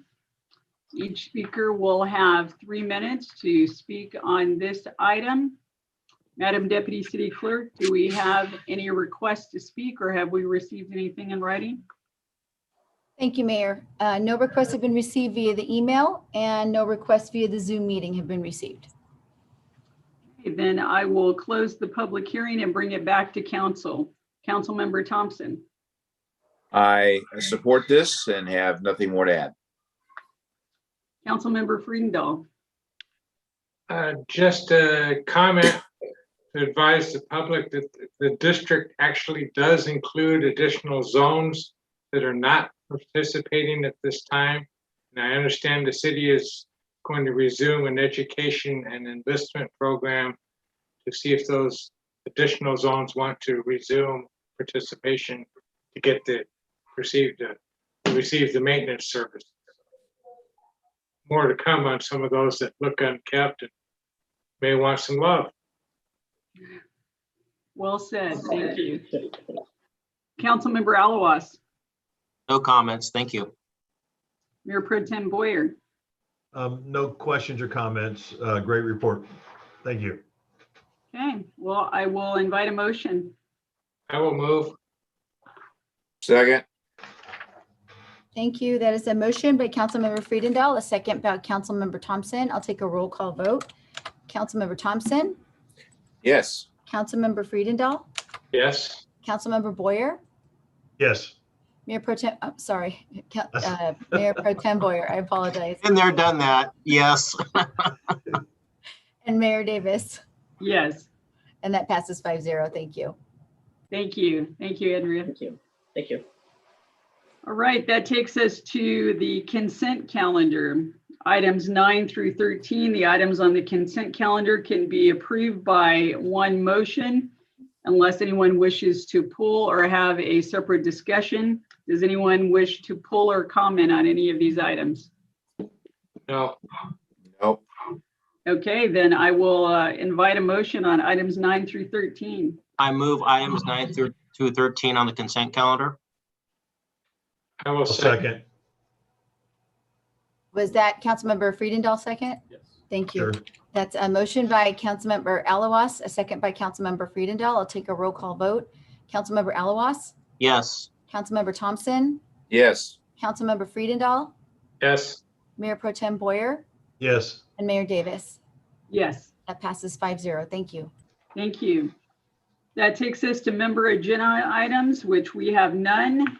That takes us to unfinished business, item 14. Glendora Avenue First Last Mile Demonstration Project Report. At this time, I will invite Transportation Manager Stephen Mateer to report. Great, thank you, Madam Mayor, and thank you, City Council. With me is David Diaz from Active SGV. He's the Executive Director, and I'd like to give him a couple minutes to give an opening remark as they were a key partner on this project. Great, thank you. All right. Good evening, Honorable Mayor and City Council. My name is David Diaz. I'm the Executive Director of Active San Gabriel Valley. We're a community-based nonprofit headquartered in the city of El Monte with the mission to create a more sustainable, equitable, and livable San Gabriel Valley. I also serve on multiple commissions, county commissions, as well as regional committees, such as Measure A for the Parks Measure. I'm actually the chair of the Oversight Committee. Measure W, which I've heard you all talk about. I'm actually a member of the Measure W committee on the Upper San Gabriel River. I'm also a member of the Metro San Gabriel Valley Service Council. And on my free time, I'm also an elected official as I serve on the El Monte Union High School District Board of Trustees. So it's a pleasure to be with you all here tonight. Enjoyed hearing the conversation, Mr. Boyer. I'm happy to hear you enjoyed riding the double-decker electric bus, as that's one of the first projects that we funded through the reinvestment fast track toll late reinvestment program. So really happy to see that come true. On behalf of our organization, we just want to thank you for your proactive interest and leadership in improving walking and biking connectivity to the city's under construction Metro rail station. We heard and understand that you all will receive appropriations funding. We also know as part of the Measure W program that you submitted a Glendora Avenue Green Streets project. And so it's really important that with limited funding that we're able to maximize and create these co-benefits for communities and vulnerable populations, our families, children, and older folks, to be able to capture stormwater beautification as well as improve public safety and health. System-wide, 68% of Metro users arrive at their home station by foot, bike, or other rolling mode. 19% drive and 13% are dropped off by a car. So you could really see those non-car modes being the way, first and last mile, that people get to and from these stations. And so with a centrally located station in the heart of the city, Glendora is well positioned to create a Metro station that is comfortable for people walking or riding, for many of your residents here. And there are many benefits to it. One, more time spent on 2 feet or 2 wheels is great for our physical and mental health. You all have great access to the San Gabriel Mountains where you are, but it'd be great for folks to also be able to recreate locally. It increases opportunities for neighbors to meet and connect during their commutes, and it's a great way to save money. And it can also help support small businesses by increasing foot traffic. And so with that, there are many ways the city can improve station access, comfort, and safety for people on foot or bike. And we really want to applaud you all for taking the initiative to try some potential approaches and solicit robust public feedback over the past year. Doing so was a low risk, low cost opportunity to evaluate several options. And whichever direction the city pursues to integrate its station into the neighborhood, Active SGV is confident that the final design will be better informed as a result of this process. And lastly, one thing the last year has taught us is that our streets can serve a wide variety of purposes. Streets can be transformed to support vibrant outdoor business. They can serve as important avenues for physical activity, community connections, and they can be adjusted to meet the changing needs of our times. And in particular, as we continue to experience more drought and extreme heat days, in the SGV, it's actually going to go from 32 to 74 days above 95 degrees by 2050. It's important we are able to provide safe, healthy, and shaded opportunities for people and families to walk, bike, skate, and scoot, or relax in the city of Glendora. And so as an organization committed to realizing a healthier, more sustainable and equitable region, we applaud Glendora's proactive efforts to plan and prepare for a more transit-friendly future. So thank you for having me tonight, and I'll be here with Stephen for the remainder of the presentation. Stephen? Great, thank you, Mr. Diaz. Next slide, please, Elvia. So in the interest of time, I'll get through this pretty quickly, but just generally we'll talk a little bit about what First Last Mile is, the demo project, the results, and what we learned. Next slide, please. So just a reminder is what Mr. Diaz referenced. First Last Mile looks at how someone gets from their house to the station, and then once they're off their transit trip, how do they get to their final destination, be that work, school, medical care. So it's really important that we have comfortable connections at all ends of the trip. Next slide, please.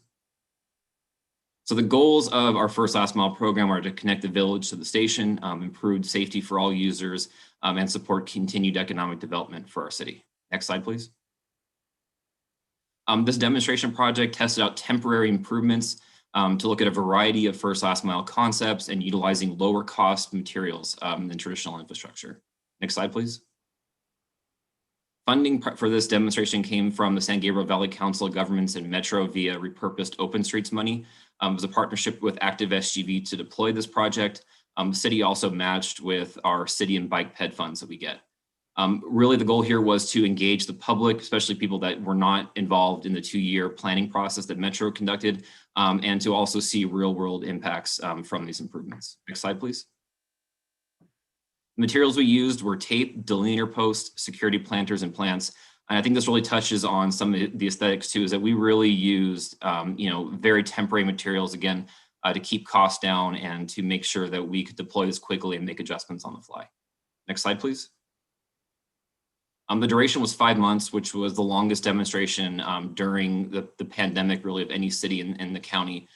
So really, we've been getting a lot of regional recognition for not only the length of the project, but how ambitious this was. Deploying a protected bike lane, curb extensions, and continental crosswalks really was a hallmark project for LA County. We also engaged in a robust community survey and a traffic assessment. Next slide, please. As in terms of outreach, I won't get into everything, but we really had a robust outreach to reach as many people as possible. And I think that's reflected in the high level or the high count of surveys we received for this project. Next slide, please. In terms of counts were conducted between February and March. This was done by active SGV, manual counts, which meant that a person was out there physically counting people as they walked or biked by. Total counts in this period was 781 people. There's a breakdown below that, which is a pretty good amount when you consider that we were all staying at home, and this was primarily during the winter months when it may not have been favorable to be out walking and biking. Next slide. Oh, and Glendora Avenue is closed too for a great portion of this. So this is pretty decent numbers. Next slide, please. For the community survey, it was an online format. It was distributed via social media, website, information posters, text banking, as well as emails. We received a pretty good amount of over 573 responses. That gave us a confidence level of 95% with a margin of error of 94. So in our opinion, this is a very accurate survey. Next slide, please. Based on the results, about 64% used Glendora Avenue to reach a local business via the village or the post office. Actually goes up to 80 when we include the post office. Nearly 60% indicated they would consider walking or biking to the gold line, and about 53% had an opportunity to actually test out the improvements. Next slide, please. About 54% said the changes were better or about the same than the current alignment. About 46% felt the improvements made it worse. It was for a variety of reasons. Some of it felt unsafe. The aesthetics was probably the most predominant, I guess, complaint we had, just that it looked temporary. Also, parking was a concern, the turn radii, and any potential traffic impacts from the lane reconfiguration. Next slide, please. In terms of the community survey, in terms of what was most preferred improvements, the first one was crossing improvements. I think that was really important, especially at Carroll, where we know there have been collisions in the past. Also, the bicycle lane was the number 2, along with street lighting, landscaping, and last was parklets. Next slide, please.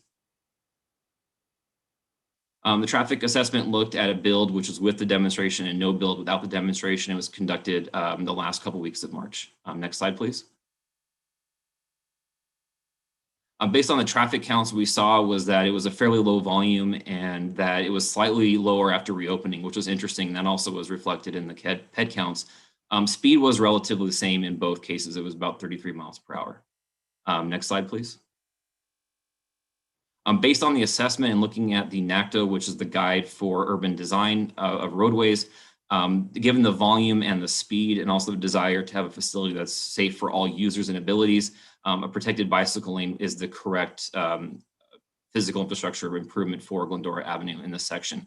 So what this tells us is that on this criteria, we're on the right track with our design concepts. Next slide, please.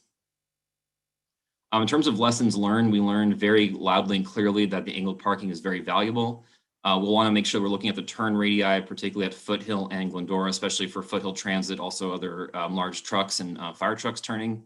The left turn pocket to get into the post office was very popular, and that any design that we do needs to be the top tier. So aesthetics and materials really matter.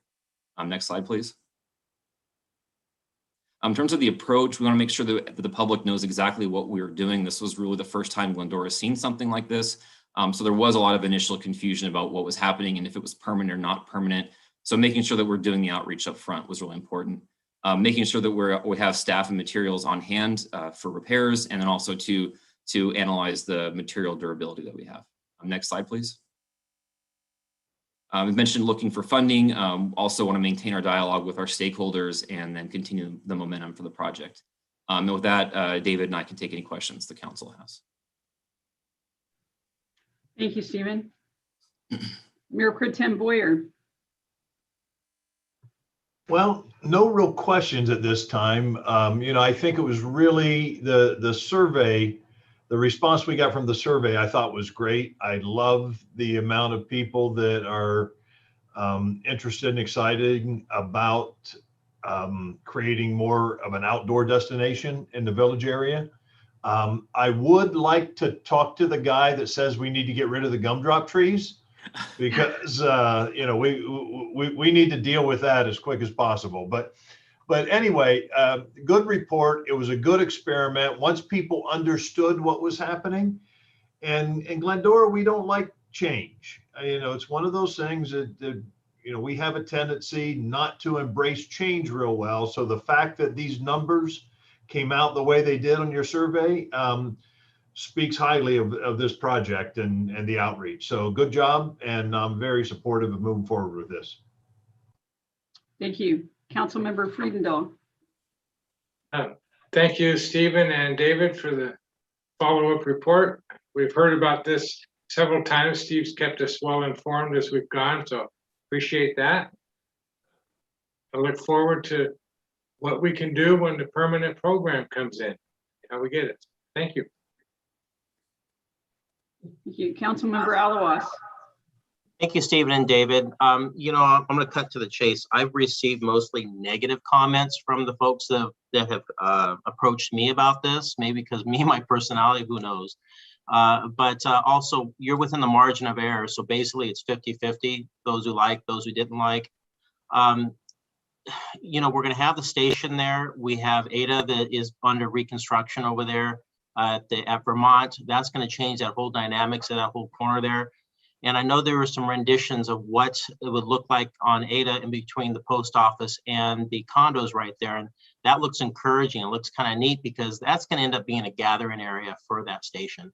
And you're going to have people being dropped off, picked up. That's going to be the central location. And so I guess my question is what does the future look like as far as when will you take the next approach of doing something like this with lessons learned? I have some safety concerns of where you have the bicycle lanes, because bicycles are basically vehicles. People walking across the bicycle lanes and getting to the sidewalk. There's all kinds of issues and concerns, and I'd rather that we have this dialogue and talk about it ahead of time and try to get those numbers higher than a 50-50%. So when are you going to address this next? And what will it look like? Yeah, that's a great question, council member. I think, one thing we could look at doing is other grant funding that may come up to do more demonstration projects. SCAG has fairly routine grant money that comes out. And that's something we could look at doing, either some placemaking on Ada. We could also revisit the bike lane project, maybe taking into consideration some other of the design feedback. So to answer your question, it would be a lot depending on, the grant cycles and if we can get into funding for that. Typically, yeah. And then one other thing too is that, if we were to get, funding for actual construction, or we would have a pretty lengthy design process where we'd have public meetings and we would go through some of the issues as you described. So I know some of the businesses there on Glendora Avenue, they had some issues with the parking. And yeah. And so I think we still have a long ways to go to mature this process, but I see the vision that you're trying to shoot for. And hopefully we can bring more people on board with some little tweaks to lessons learned. So thank you very much, Steve and David. Councilmember Thompson. Madam Mayor, thank you. Great job. Excellent report. Stephen, you nailed the bullet points on page 3 of your report.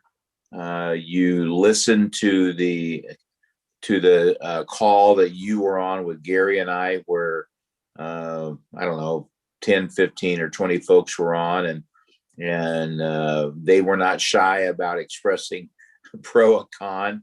And I think that all of this is very, very good, and appreciate what you've done. And I think that Michael's right. There's things that we've learned and that we need to tweak it a little bit, but excellent job. Thank you.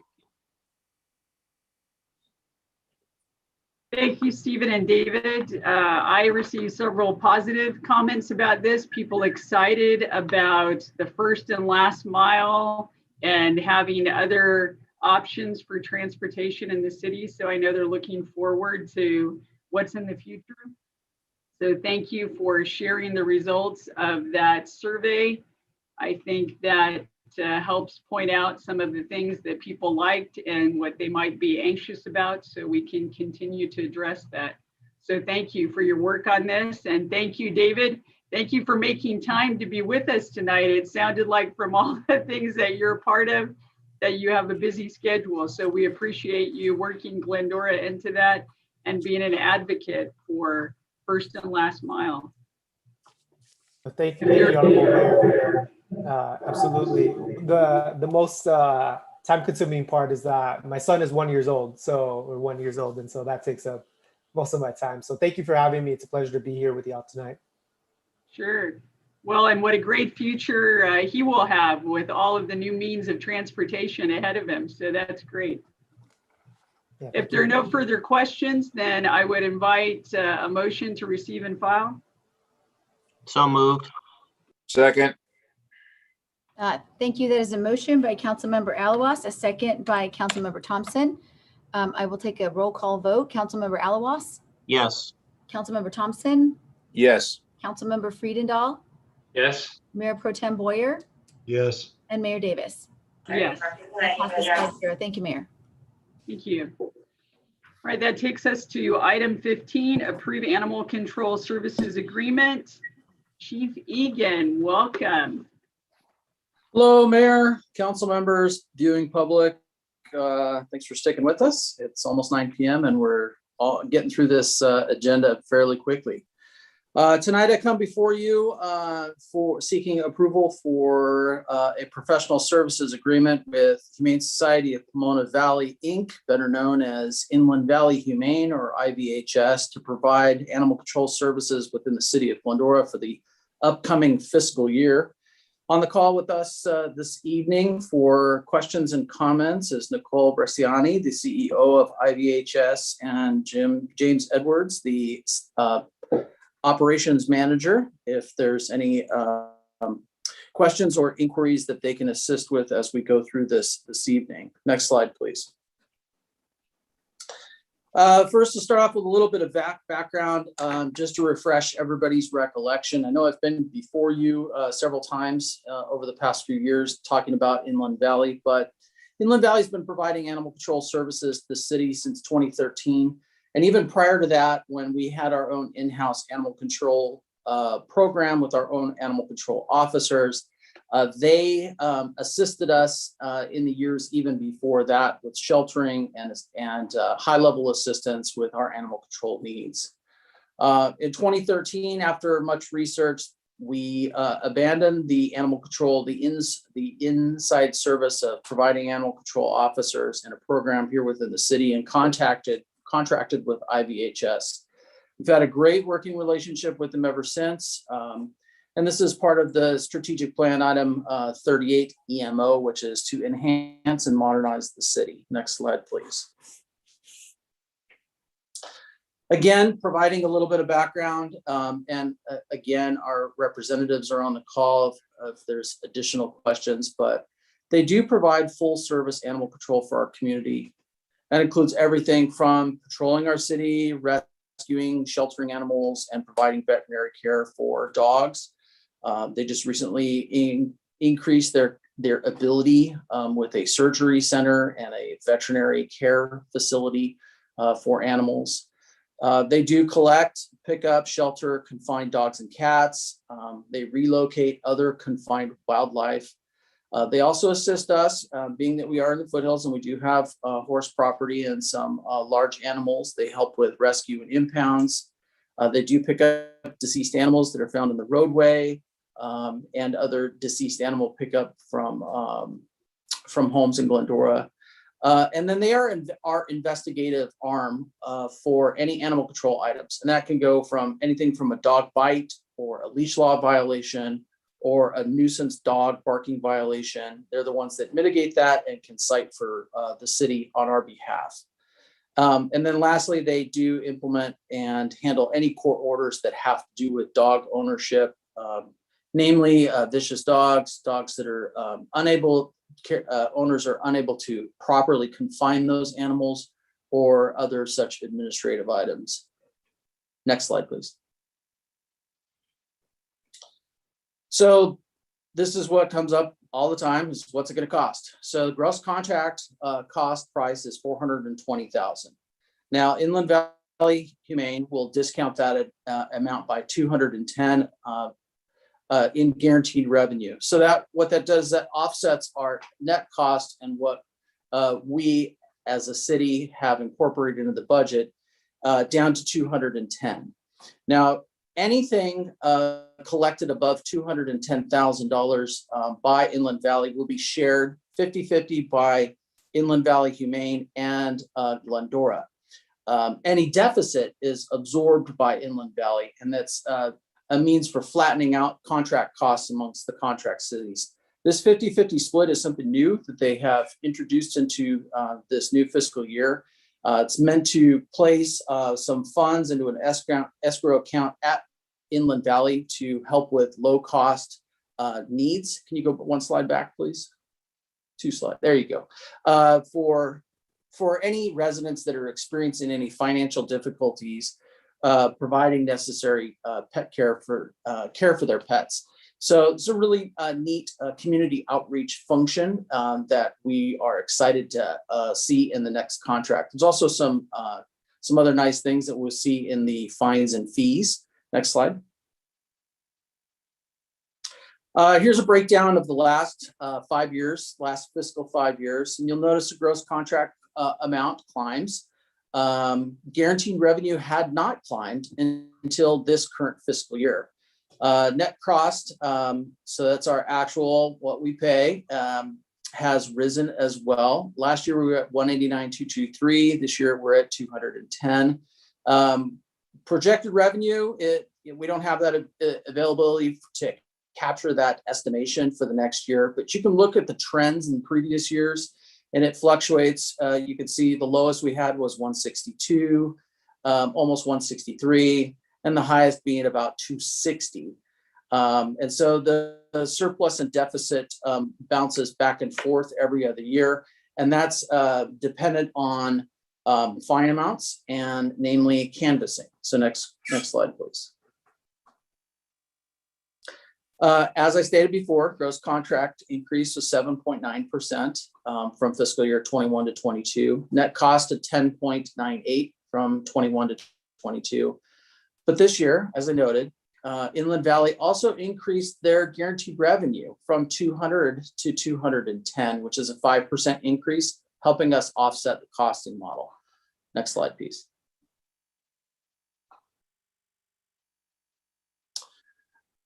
Previous year, in our fiscal year that I presented, Inland Valley imposed a 2.96 CPI increase instead of a higher amount. We were all experiencing a lot of COVID and pandemic related hardships, economic hardships. And so they realized that all the contract cities were facing that. And so instead of doing a sharper increase, they stuck with the 2.96. This year, the rising costs of employee wages and benefits, liability insurance amounts, new technology, which I'm going to go over in a little bit, sharp increases for disposal costs and fees. Inland Valley needs to spread those costs of service across all of the contract cities. And as validation, Mr. Raymond wanted me to note this, that city operations have projected increase in its operations over the next 2 years as well, especially related to technology and insurance and waste management.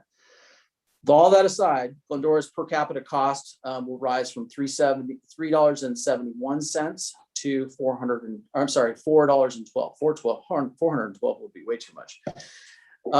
And still, we're the lowest per capita cost of all Inland Valley's contract cities. So that's really a great thing, and we still are the lowest. Next slide, please. License and fees and fines. There's a lot of little changes, but the most notables are listed here.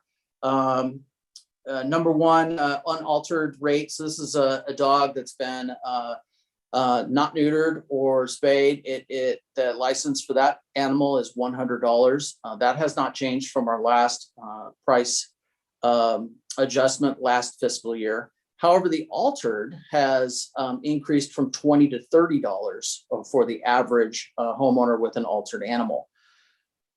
Paired with that, we're finally seeing some substantial changes. They're offering a senior discount for an altered animal at $10 and a disabled veteran's cost to register an animal that's altered at $0 cost.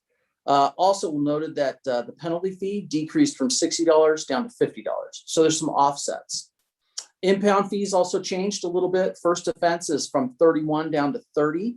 And most notably, first impound fee is waived with an alteration, proof of alteration and licensing.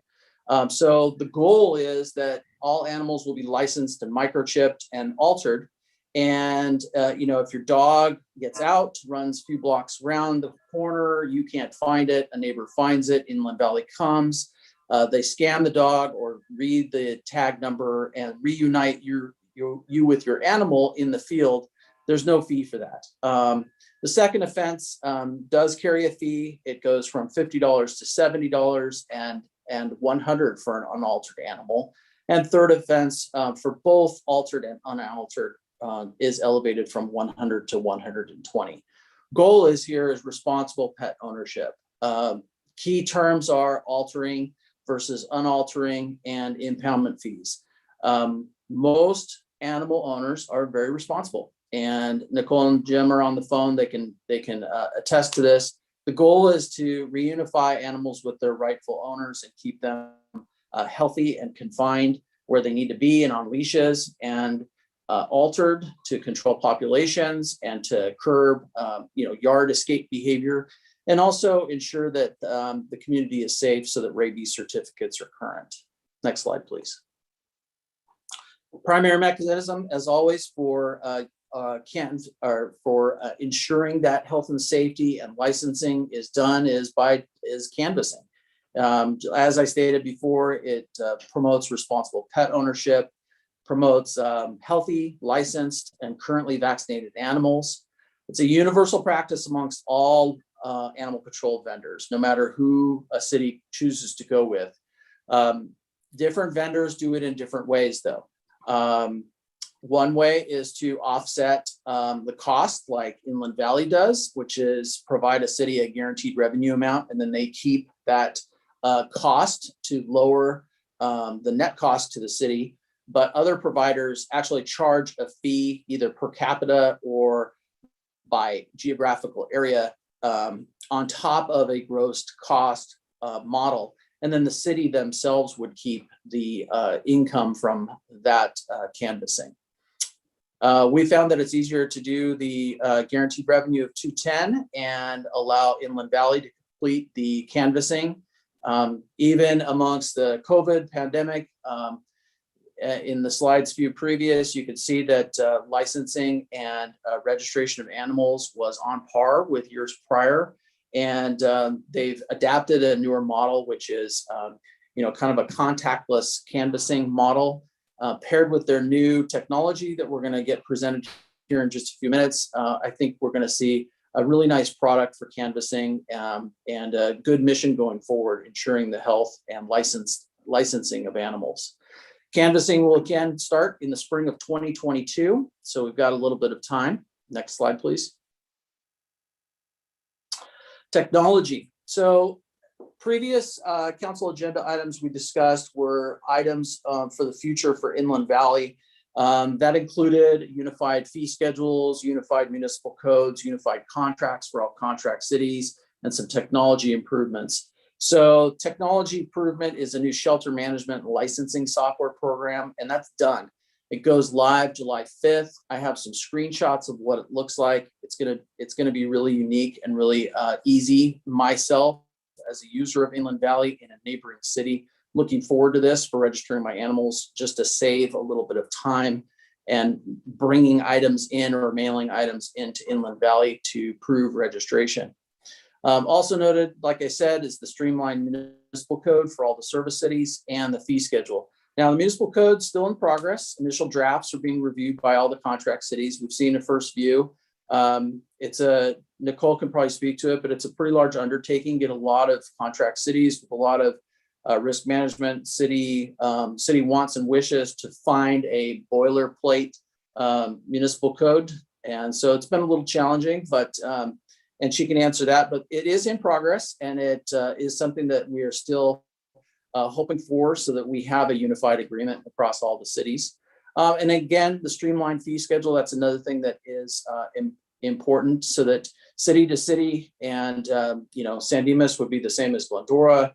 And it makes it easier for the end users and for the licensing officers that are in the field to know that, no matter which city they're servicing, whether it's if they're called to an emergency in Glendora, but it's contract service day, for them in a neighboring city, the fees are all the same city to city. So it's a good unified approach. We have incorporated those new fees, that unified master fee schedule, into the master fee schedule for the fiscal year 22. Next slide, please. And that's included as an attachment for council. Next slide, please. Here's some screenshots of what the technology will look like. I apologize, kind of small, but the welcome page is the top left rectangle there.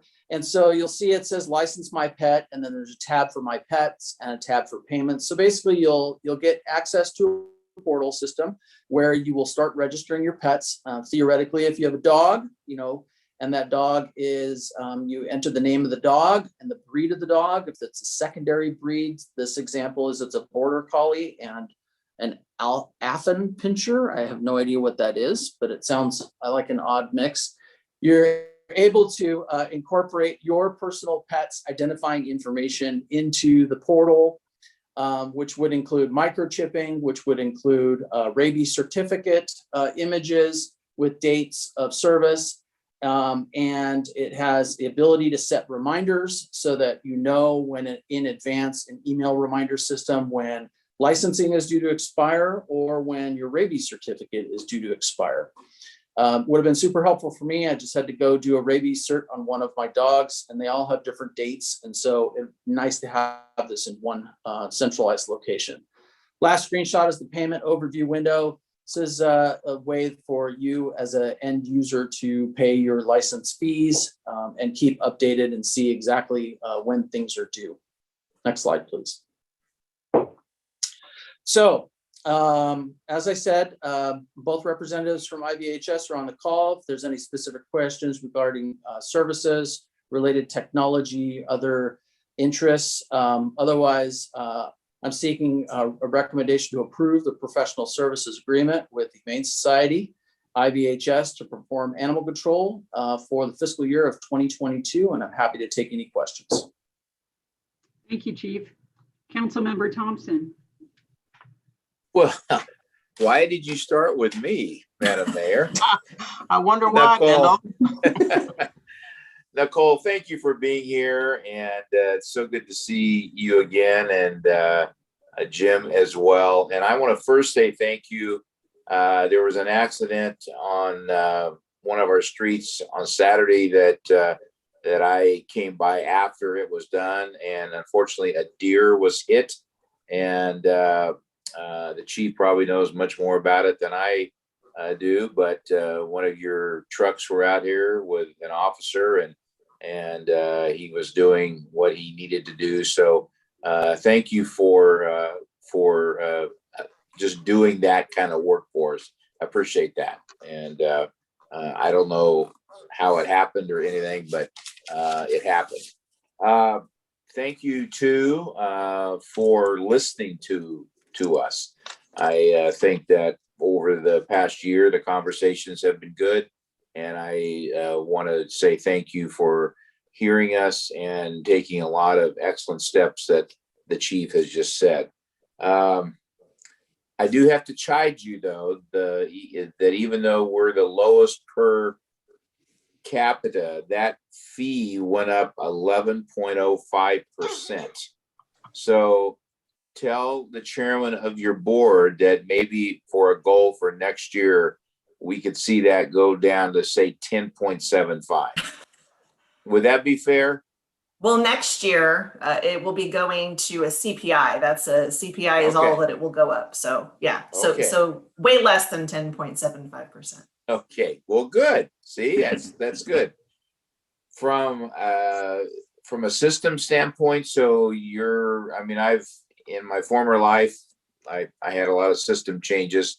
So next month, are you sure that everything's going to go well and the system's going to change and no bugs or anything? Well, I mean, I can't give you any guarantees beyond the fact that we know the system is going to move forward. We hope to work out any kind of kinks that we have. That Jim's been working out data stuff. We're not transferring any data. We're going to run our systems concurrent for the year. Oh, good. That way we can ensure that we don't have any data bugs. But, there's going to be some nuances that, you never know until you're getting into using the system. And so staff is training up the next few weeks, and they anticipate no issues with launching on July 5th. And Jim has been on the phone with them every single day working on stuff. And so for the last, since we signed the contract in January, February with them. So. Good, good.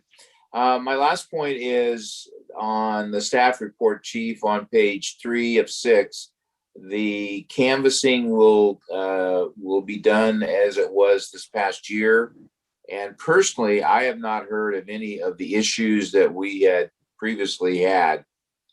So have you guys kind of changed that or streamlined that, or just gotten better? Yeah, I have to admit to you, I mean, I'm not going to tell you that a soft canvas or a contactless canvas is better than a live canvas in terms of the revenue.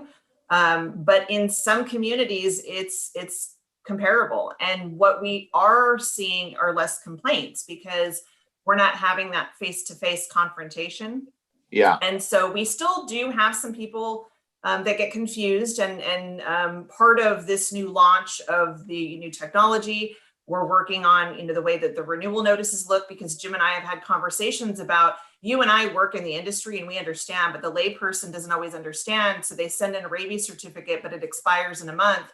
And then when we respond to them and say, well, you just need to get another rabies certificate, it's very confusing, right? And so then you have older people or people that don't speak English, and so there's the language barrier, and so you just have to work through all of that. And so we hope to improve the customer service for that moving forward. Good. Well, thank you, Nicole. Again, I support this. I appreciate everything that you have done. Your board has done. The chairman, make sure that you let him know that I extend my best to him, and appreciate what you've done in terms of hearing us and taking the kind of steps that we would like. So thank you. Thank you. Councilmember Alawas. Thank you, Mayor. Matt, thank you for your report. And, it's a lot of nice improvements. Nicole and Jim, over the last year, we've had some pretty assertive dialogue, you might say. And I know that you threatened to put Mendel in one of the pit bull cages until he calmed down, but not to visit. So he's behaved himself. But I've got a few questions. How many other agencies are using the software that you're using now?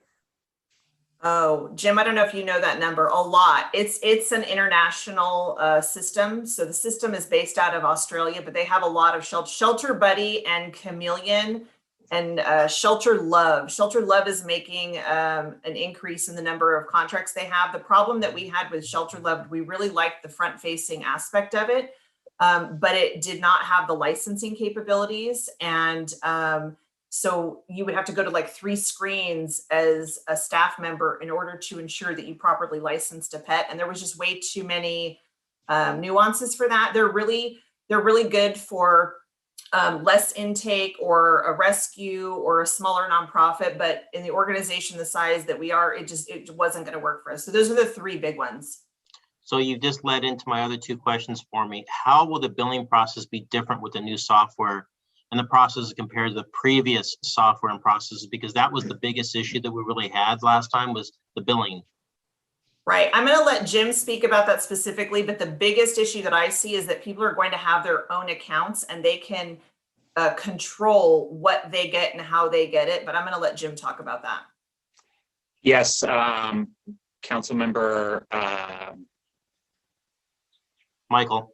Alawas, sorry, I apologize. Yes, it will give them the opportunity to set up their own account, and they will be able to log into that account, pull up their individual information on their pets, and as the chief had stated, set up reminders on there as well, whether it be for their licensing renewal or for their rabies vaccination renewal. And it'll be much more streamlined and give them the opportunity to have their own account and be able to look at their data in lifetime. So are they going to have, they're going to have them the ability to look at their entire account history online and upload the required documents? That is correct. And right now people can upload their documents, but the problem is that they don't have their own account, so they can't see anything. It's basically a click and purchase, right? So they put in their information, they purchase, and they upload documents. So it's not as user friendly. They don't get to see it at live, to see that they have a rabies certificate that is due and that it is going, or it's going to expire within a month or two, and there is a need to provide us with a updated rabies certificate. And they would also get to see live that their spay-neuter certificate would be uploaded as well to their account. And that is proprietary to their own account.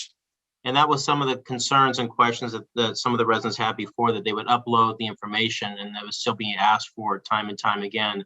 And so now if this is there, they're going to see if it's there or not, and everyone will be able to see it.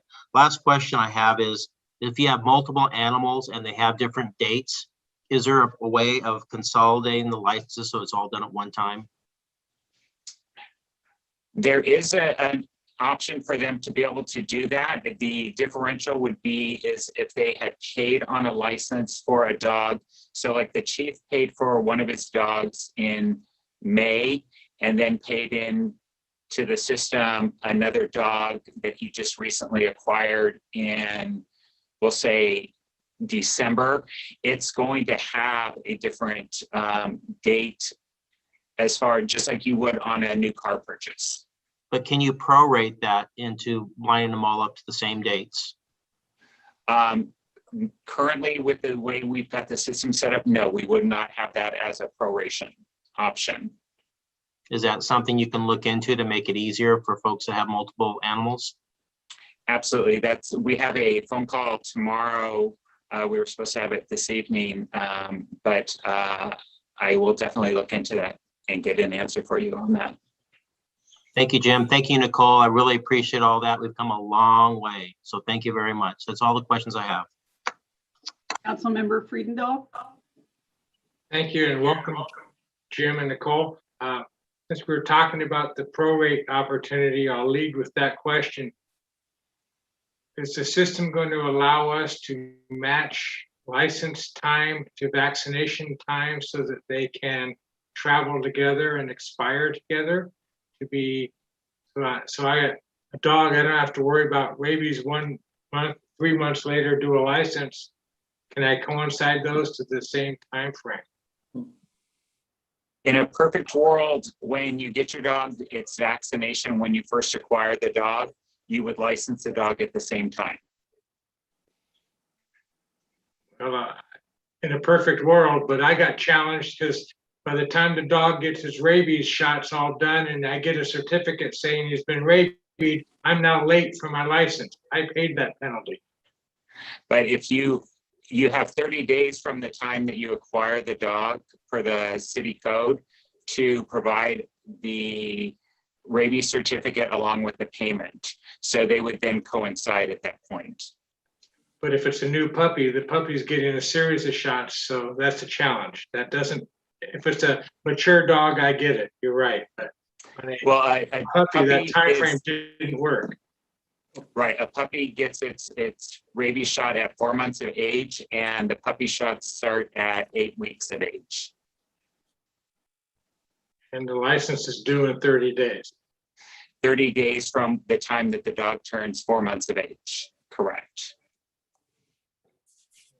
Okay, well, so at this point, the system's not going to let us try to match those or prorate maybe a license fee plus or minus to be able to match your vaccination?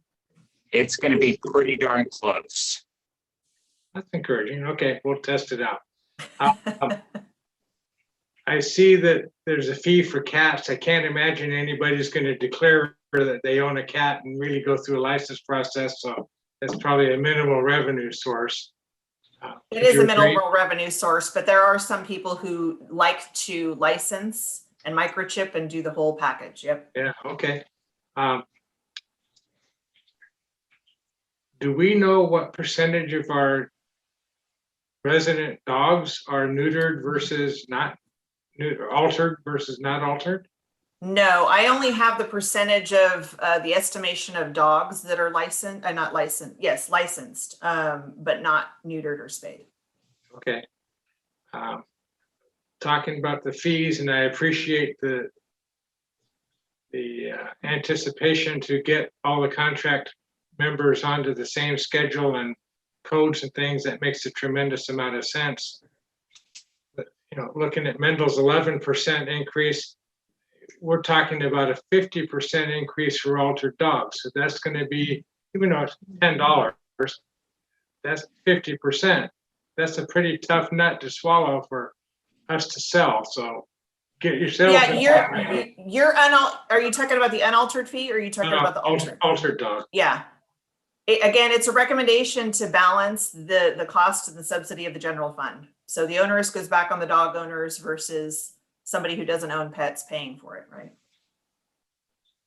Okay, well, still 50% rate increase all at once. That's not fun in any club. So it's,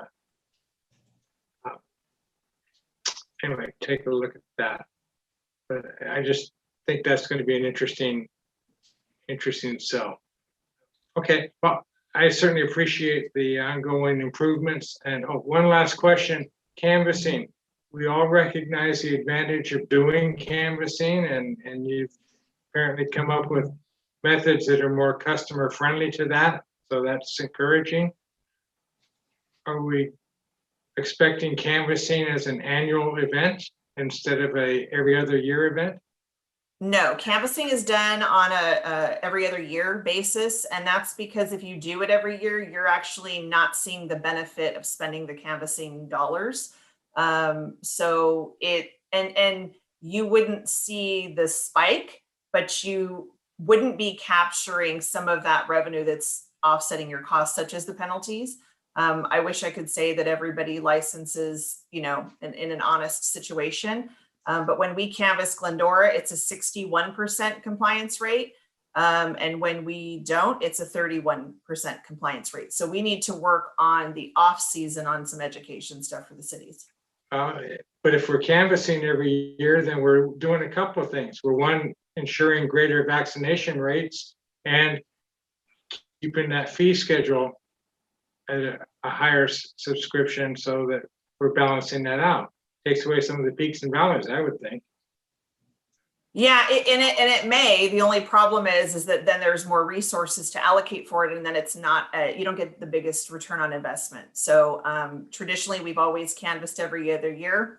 If we find that this model, the way that we've tracked it out, because of the contactless model, everybody truly really is going to get canvassed every other year. Okay. We can agree to disagree. I think an annual program would be a. Yeah, and again, we can look at that in the future, but right now when we're talking about trying to control costs and Mendel doesn't want another 10.75% increase. The more canvassers we add into the mix, it ends up again minimizing that return on investment. Okay, but we're talking about costs, but doesn't the license revenues from the increased encouragement to get people to license maybe their unlicensed dogs, doesn't that offset those costs or balance it out? Right. So this is always the balancing game. And in the years that have led up to now, there's always this balance. And as Chief Egan showed, there hasn't been an additional guarantee in revenue over the past few years because licensing revenue plateaus.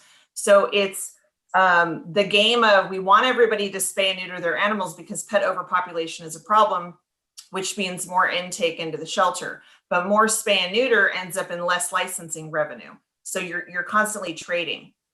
And so when you're doing the canvas every other year, the trade-off is that you may have more spayed animals, but you may be catching people with penalties. So there's the licensing revenue from that to offset. So, you know, we have to find a balance of that moving forward. We're not trying to catch people in an aha gotcha moment. I wish everybody was compliant, and hopefully when they go through this new technology system, it'll be self-serving and they'll be able to just update automatically, and we'll see where the revenue goes. If we get a higher compliancy rate, but less penalties, that's a win for everybody.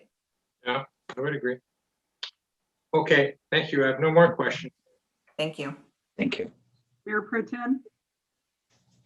Really, actually, no questions. You know, my only comments is thank you for listening to our residents, and appreciate you and the chief working together to come up with a program. Although it may not be ideal all the way around, it's better than where we were a year ago, and I appreciate the effort. Thanks. That's all I have. Thank you.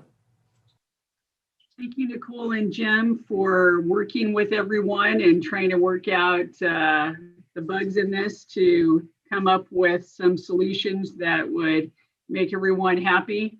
And to try to offset that increase for Mendel, I'm going to model good behavior and get my cat's license. So maybe try to cover up some of that gap. So I'm going to work on that. But thank you. Thank you, Madam Mayor. Appreciate everything that IVHS does and has been doing. You know, the transition from having our own animal control to contracting was bumpy for folks, but it really has provided more services without us having to pay for that. So we appreciate it. With that, I will entertain a motion. Madam Mayor, I would be thrilled to move that we approve this for 24 months. I'll second it. Thank you, gentlemen. You're welcome. Motion by Councilmember Thompson, a second by Councilmember Alawas. I'll take a roll call vote. Councilmember Alawas? Yes. Councilmember Thompson? Yes. Councilmember Friedendahl? Yes. Mayor Pro Tem Boyer? Yes. And Mayor Davis? Yes. That passes 5-0. Thank you. Thank you, Chief. Thank you, Nicole. Thank you, Jim. Thank you. you. Thank you. Thank you. That takes us to our next item, item 16, discuss the cancellation of regular joint meetings for the 2021 summer session. City Clerk, Communications Director Kathleen Sessman. Thank you, Mayor Davis. I'm going to make this real quick. Tonight, we're actually just here to request that the council conduct their annual discussion on the 2021 summer season and provide staff direction on canceling July and or August regular council meetings for a month. We don't have any items that of high importance that are currently scheduled for any of the meetings in July. And there are 3 options. Elvie, if you could go to the next slide. The following 3 options are, after reviewing the schedule, is what staff came up with. And I'm open to answer any questions from council. Thank you. Mayor Pro Tem Boyer. No real questions. I mean, we've done this for a couple of years now. The world didn't fall apart, and we're available to get back together if we need to, if something comes up, especially with our meetings continuing to be virtual for a while. So I like the idea of canceling the last meeting in July and the 1st of August, because that gives us at least 1 meeting in each one of those months. But that's just my opinion.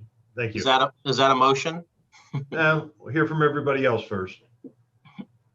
With that, wanting to chime in, Councilmember Alawas. Absolutely. I'll agree with option number 2. I'd make that a motion if everyone wants to. We did it last year. All right, Councilmember Thompson, any questions or comments? No, I would support that too. Thank you. Councilmember Friedendahl. Yeah, I'm okay with either choice, so I have no preference. Okay, I'll call for the motion. I move option 2. I'll second it. Thank you. That is a motion by Councilmember Alawas, a second by Mayor Pro Tem Boyer. For option number 2, I'll take a roll call vote. Councilmember Alawas, Yes. Councilmember Thompson, Yes. Mayor Pro Tem Boyer, Yes. and Mayor Davis. Yes, And option 2 passes. Thank you. thank you. The next 3 items are related transportation items that will be presented in one combined presentation. So I will read all 3 of those right now. Item 17, award the contract for professional services for transit dispatching and scheduling software to Trip Spark Technologies. Item 18, execute contract modification number 2 with Transportation Concepts to amend contract term and method of compensation. And item 19, authorize purchase of 1 zero-emission transit bus. So Transportation Manager Stephen Mateer. Thank you, Madam Mayor, and thank you, City Council. We'll race through this so we can get done quickly. Next slide, please. So in the items before you, the background for each one, for the dispatching software, we received a grant from Metro and the FTA. Part of it is to modernize our dispatching and scheduling software that's used for primarily on our dial-a-ride side. The item 18 is our operations and maintenance contract. This is to move it fully to a fixed and variable rate, as well as to correct the contract term, which was incorrect in the original contract. And last, number 19 is to award a contract to purchase 1 zero-emission transit bus as a replacement. And this also leverages some of the grants and requirements of those programs. Next slide, please. First item is number 17, which is our dispatching software. We're recommending TripSpark. They have a Novus DR suite, and this includes scheduling and dispatching, DriverMate, which is the onboard interface that each driver sees, the passenger notifications, which is what you see on the right side there. So each passenger would get a text message notification that the vehicle is on the way, that it's outside, or that it confirms trip reservation and cancellation. Another really great feature, which we asked for, is the passenger portal. This allows for passengers or as well as relatives or other approved members to schedule and also cancel trips and to leave reviews on each trip at the end of that time. This is a great way for passengers to not have to always call in and to make their trips. They can schedule their own trips at their leisure. I'll note that passengers are still able to call in, but this will be a great way to offload some of the work of our dispatcher and make sure people aren't missed or having to left voicemail and wondering if they got their trip reserved. TripSpark is a national company. Agencies throughout the US and Canada use this software. We're very confident in their ability and their track record. And so we're really excited to get them on board pending council approval. Next slide, please.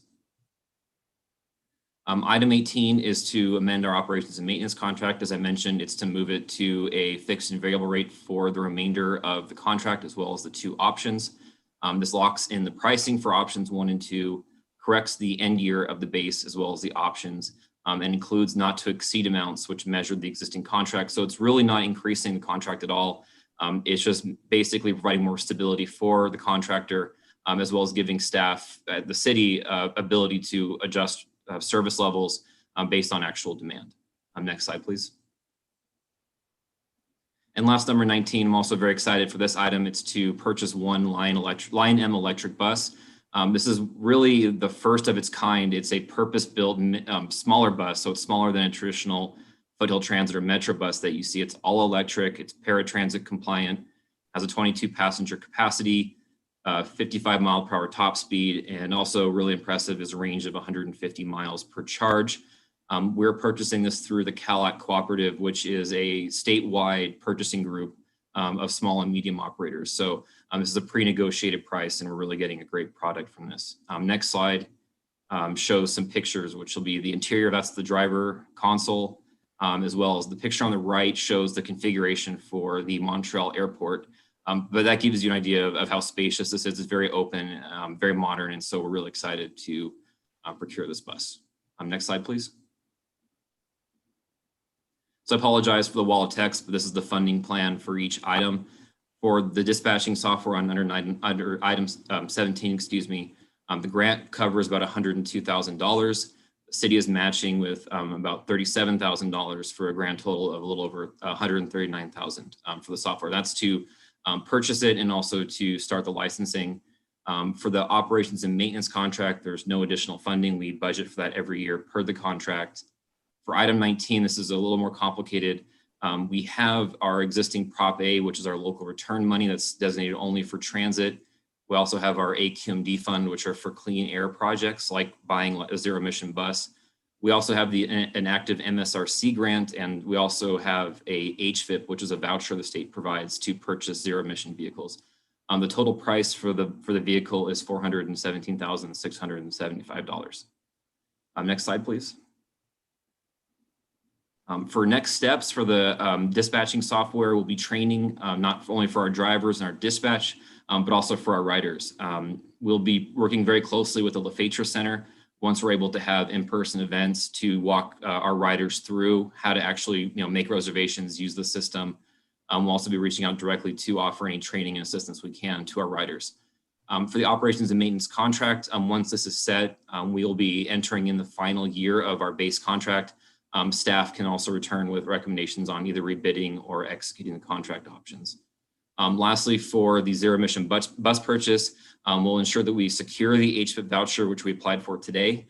We'll complete our zero emission rollout plan, which is a requirement of the California Air Resources Board. And then we're also working with Edison on their charge ready transport program to install charging infrastructure at no cost to the city. Next slide, please. And with that, staff recommendations is to approve as written for 17, 18, 19, and I can take any questions council has. Thank you, Stephen. Councilmember Alawas. No questions for me. Thank you, Stephen. Mayor Pro Tem Boyer. Well, the one question I had, you talked about training for the new software for our writers. As I'm sure you're aware, a lot of our writers are elderly seniors who have trouble when it comes to technology. So is that going to begin immediately? Are we going to have some options before we start getting back to in person? I guess that's a concern that I have if we move too quickly with this, and we may have some people that may be left out. That's a great question. So I'll first state that reservations can still be made by calling dispatch, so there won't be any gap in service or being able to reserve a trip. In terms of outreach, I know virtually we've met with LaFetra. They have a coffee talk. I think I want to say not every Thursday, maybe every other Thursday. I know there's also a technology group that LaFetra hosts, so we could reach out through those different groups, as well as working with individual riders to help them navigate the system. I agree. I think right now with being limited with in person, there's going to be a challenge with outreach, but I think getting the system up and running now lets us kind of get the kinks out of the way, and then as we're able to do more in person, we can roll out the outreach. I just thought of the idea. We may want to do a video that would give some information that could be watched. So anyway, I appreciate the effort, but I support all three of these, so I vote yes. Well, I guess we're not voting yet, but no. Well, and I think that we should have Mayor Pro Tem Boyer and Councilmember Thompson maybe be the actors in that video showing this is how you use the software. Just an idea. Yeah, I think Vanessa might be too young to reach that demographic. So yeah. So, Councilmember Thompson. I would support all of these. Stephen, I do have a couple of questions on 18. The warranty for this bus, what is that? How many months, years? That's a great question. I apologize. I don't have that information, but I'll definitely get back to you with that. I apologize for that. The reason I ask that is I know that Gary knows about some of the challenges that Foothill Transit has had. They've had electric buses that were out there and they just stopped because they were dead. And so I want to make sure that the warranty gives us sufficient amount of time. Second question, SCE will often turn off the power grid during summer months. What assurance will we have that our buses will always stay charged and be able to get, to run? That's a great question. They did not include that as part of their charge ready program. So I'll have to ask Edison what special provisions they have in that event. I mean, that's an excellent question as well. Okay. Thirdly, the options, are we buying any of those?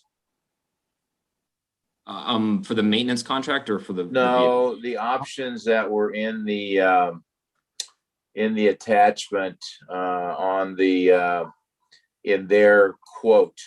Oh, okay. Sorry, thank you for the clarification. It's on page, I think, 2 here.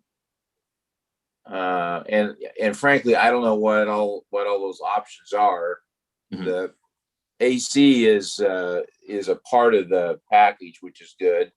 And then there's about 6 or 7 others. So I didn't know if we were buying those. Yes, those options are included in the price. So Oh, they are. detail what they are, right? Yes, because there's some of those that are ADA requirements, like the stop enunciation, as well as the head sign for the vehicle. Bike racks are also, generally required for so that's what you see there. Okay. For those Okay. options. I'll note there, it does on the quote look like there's a second bus. We're not buying that at this time. We're waiting until Edison gives us final approval to move with their charge ready program. And that leads me to my last question. So we have to buy 2. So is the price fixed now, or are we going to get a better deal on the second bus, or are we going to get gouged because we have to buy 2? So they know it, so they're going to put it to us. It's a great question too. The price is fixed because it's a pre-negotiated price through CalAct. So by the time we get to the second bus, we'll have the exact same price. Okay, great. And hopefully we have more grant funding by that point too. Yeah, good. Thank you. That's all.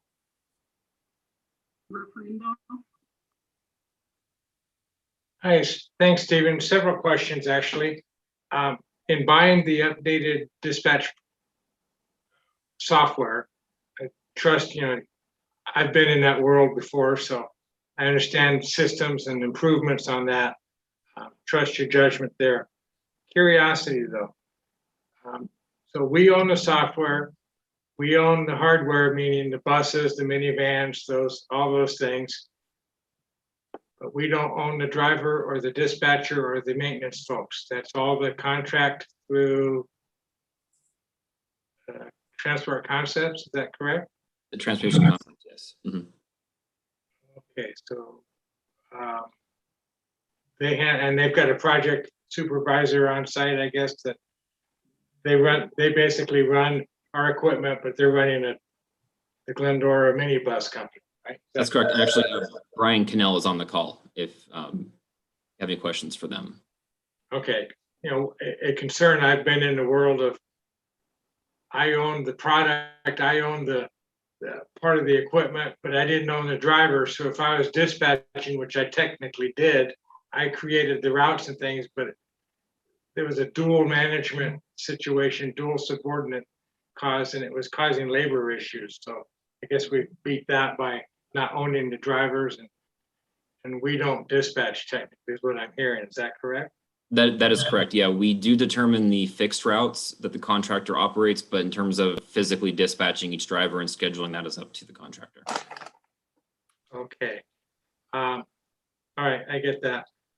On the bus itself, are we going to be able to brand it so we know that it's the Glendora minibus operation and not be blue and white or silver and red like some of the other buses that come to town? So the customers know who we are.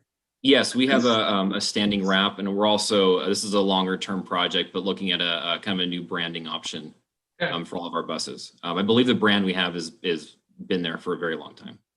Okay, let me check and see. I guess that's the only questions I had. Thank you very much. Madam Mayor, I have a couple questions. Can I ask, please? Yes, just a couple. Thank you. Stephen, what are our long-term plans for electrifying the fleet? And are we going to install, or any plans of looking to install recharging stations or solar recharging stations? That's an excellent question. The requirement that we have to meet from the Air Resources Board is that by 2026, we have to start buying 25% of our replacement or any procurement as electric. By 2029, I believe it has to be fully electric. By being early, we get a credit. So I think to, Councilmember Thompson's point, if we find out that we're really struggling to get a quality EV bus, we would actually have an ability to delay future EV purchases to allow the technology to catch up. In terms of our long-range planning for this, that's part of why we're doing the rollout plan. We've requested that amount in the budget. That will lay out our energy demand and our typical fleet routing and range requirements. It'll also look at our fleet replacement schedule and costing that in over the planning horizon. The other part of that too is our Charge Ready Transport Program participation with Edison. As part of that program, they do require us to identify a site, then they come out and do a design build to install everything from the power line up to the charger itself. The city is responsible for buying the charger and doing the installation. I'll note too, we actually submitted a grant at the beginning of June to help fund the EV charging purchase as well as the installation. So that's kind of where we are right now in this process. And as we move through it, we'll be looking at hopefully there's more competition in the market for these smaller buses that are electric. And to piggyback on what Mendel mentioned about turning off the power, have you all, since you're working with Edison on the Ready Charge program, have you talked to them about the free batteries that they offer for fire hazard zones? Yeah, we've talked to them about a number of solar options as well as kind of power reserve. They've said they want to table that discussion until after they get through our application. So I would imagine that once we have clarity on if they approve that site and that we agree to move through it, then we can look at some of those kind of mitigation measures, which I agree are completely legitimate and we should be focused on that too. Okay, thank you, Stephen. Thank you, Karen. Madam Mayor, I have one more question.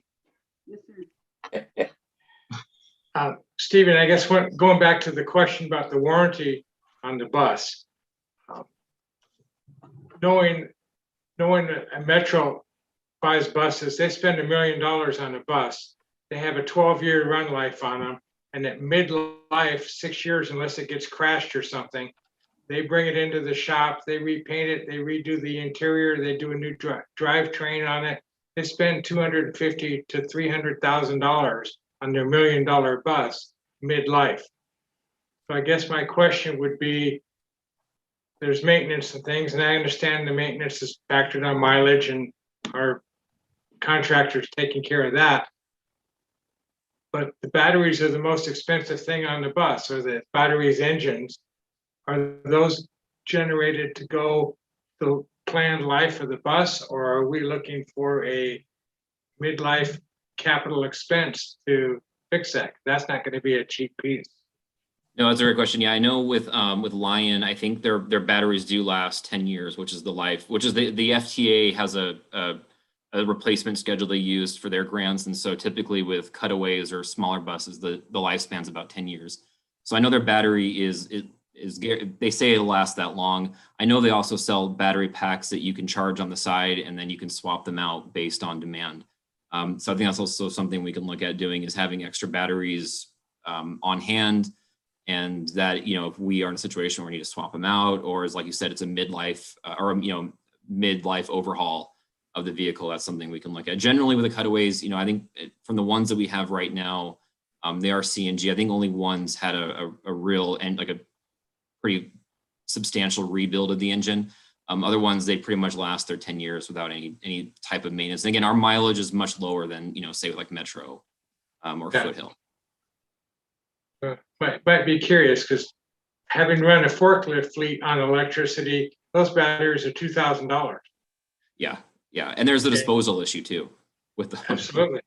Yeah, it is in a lot of ways. It's a brave new world with going to an EV, and so I think a lot of these we're going to be learning from our peers as well as ourselves on the costs and benefits of this approach. You might ask them that 5, 6 year, 7 year question now, so we don't discover it in 7 years. Yes. Uh-oh, now we got this boat anchor, we can't move. Right. Yeah. Okay. Thank you. no further questions or comments, then I will entertain a motion. So Madam Mayor, since Yes, we're sir. taking action on 3 separate agenda items, I would appreciate a motion that says that you seek to approve the staff recommendation for agenda item 7, that you seek to approve the staff recommendation for agenda item 18, 17, 18, and approve the staff recommendations for agenda item 19. Thank you. Someone wish to make that motion? I move items 17, 18, and 19 per staff recommendations. Thank you. You're welcome. Second. Thank you. That is a motion by Councilmember Alawas, a second by Councilmember Thompson. I'll take a roll call vote. Councilmember Alawas, Yes. Councilmember Thompson, Yes. Councilmember Friedendahl, Yes. Mayor Pro Tem Boyer, Yes. and Mayor Davis. Yes. That passes 5-0. Thank you. That brings us to member and staff items. Any council member have any additional comments? No, thank you. No, thank you.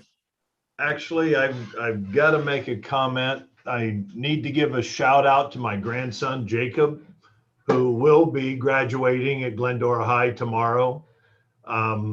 It's sort of interesting that everybody on here knows that the first year that I was elected to council, Jacob and I took an adventurous trip the summer of that year to visit some baseball stadiums around the country, but he has gotten to the point of graduation, and I have to give him a public congratulations.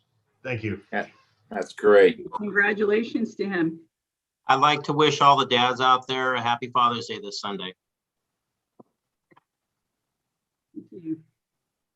And I want members- to say that I've just attended the longest Glendora council meeting in my tenure with you. And you stayed awake for it. For most of it. Most of it. Chief Egan. Oh. Thank you, Mayor.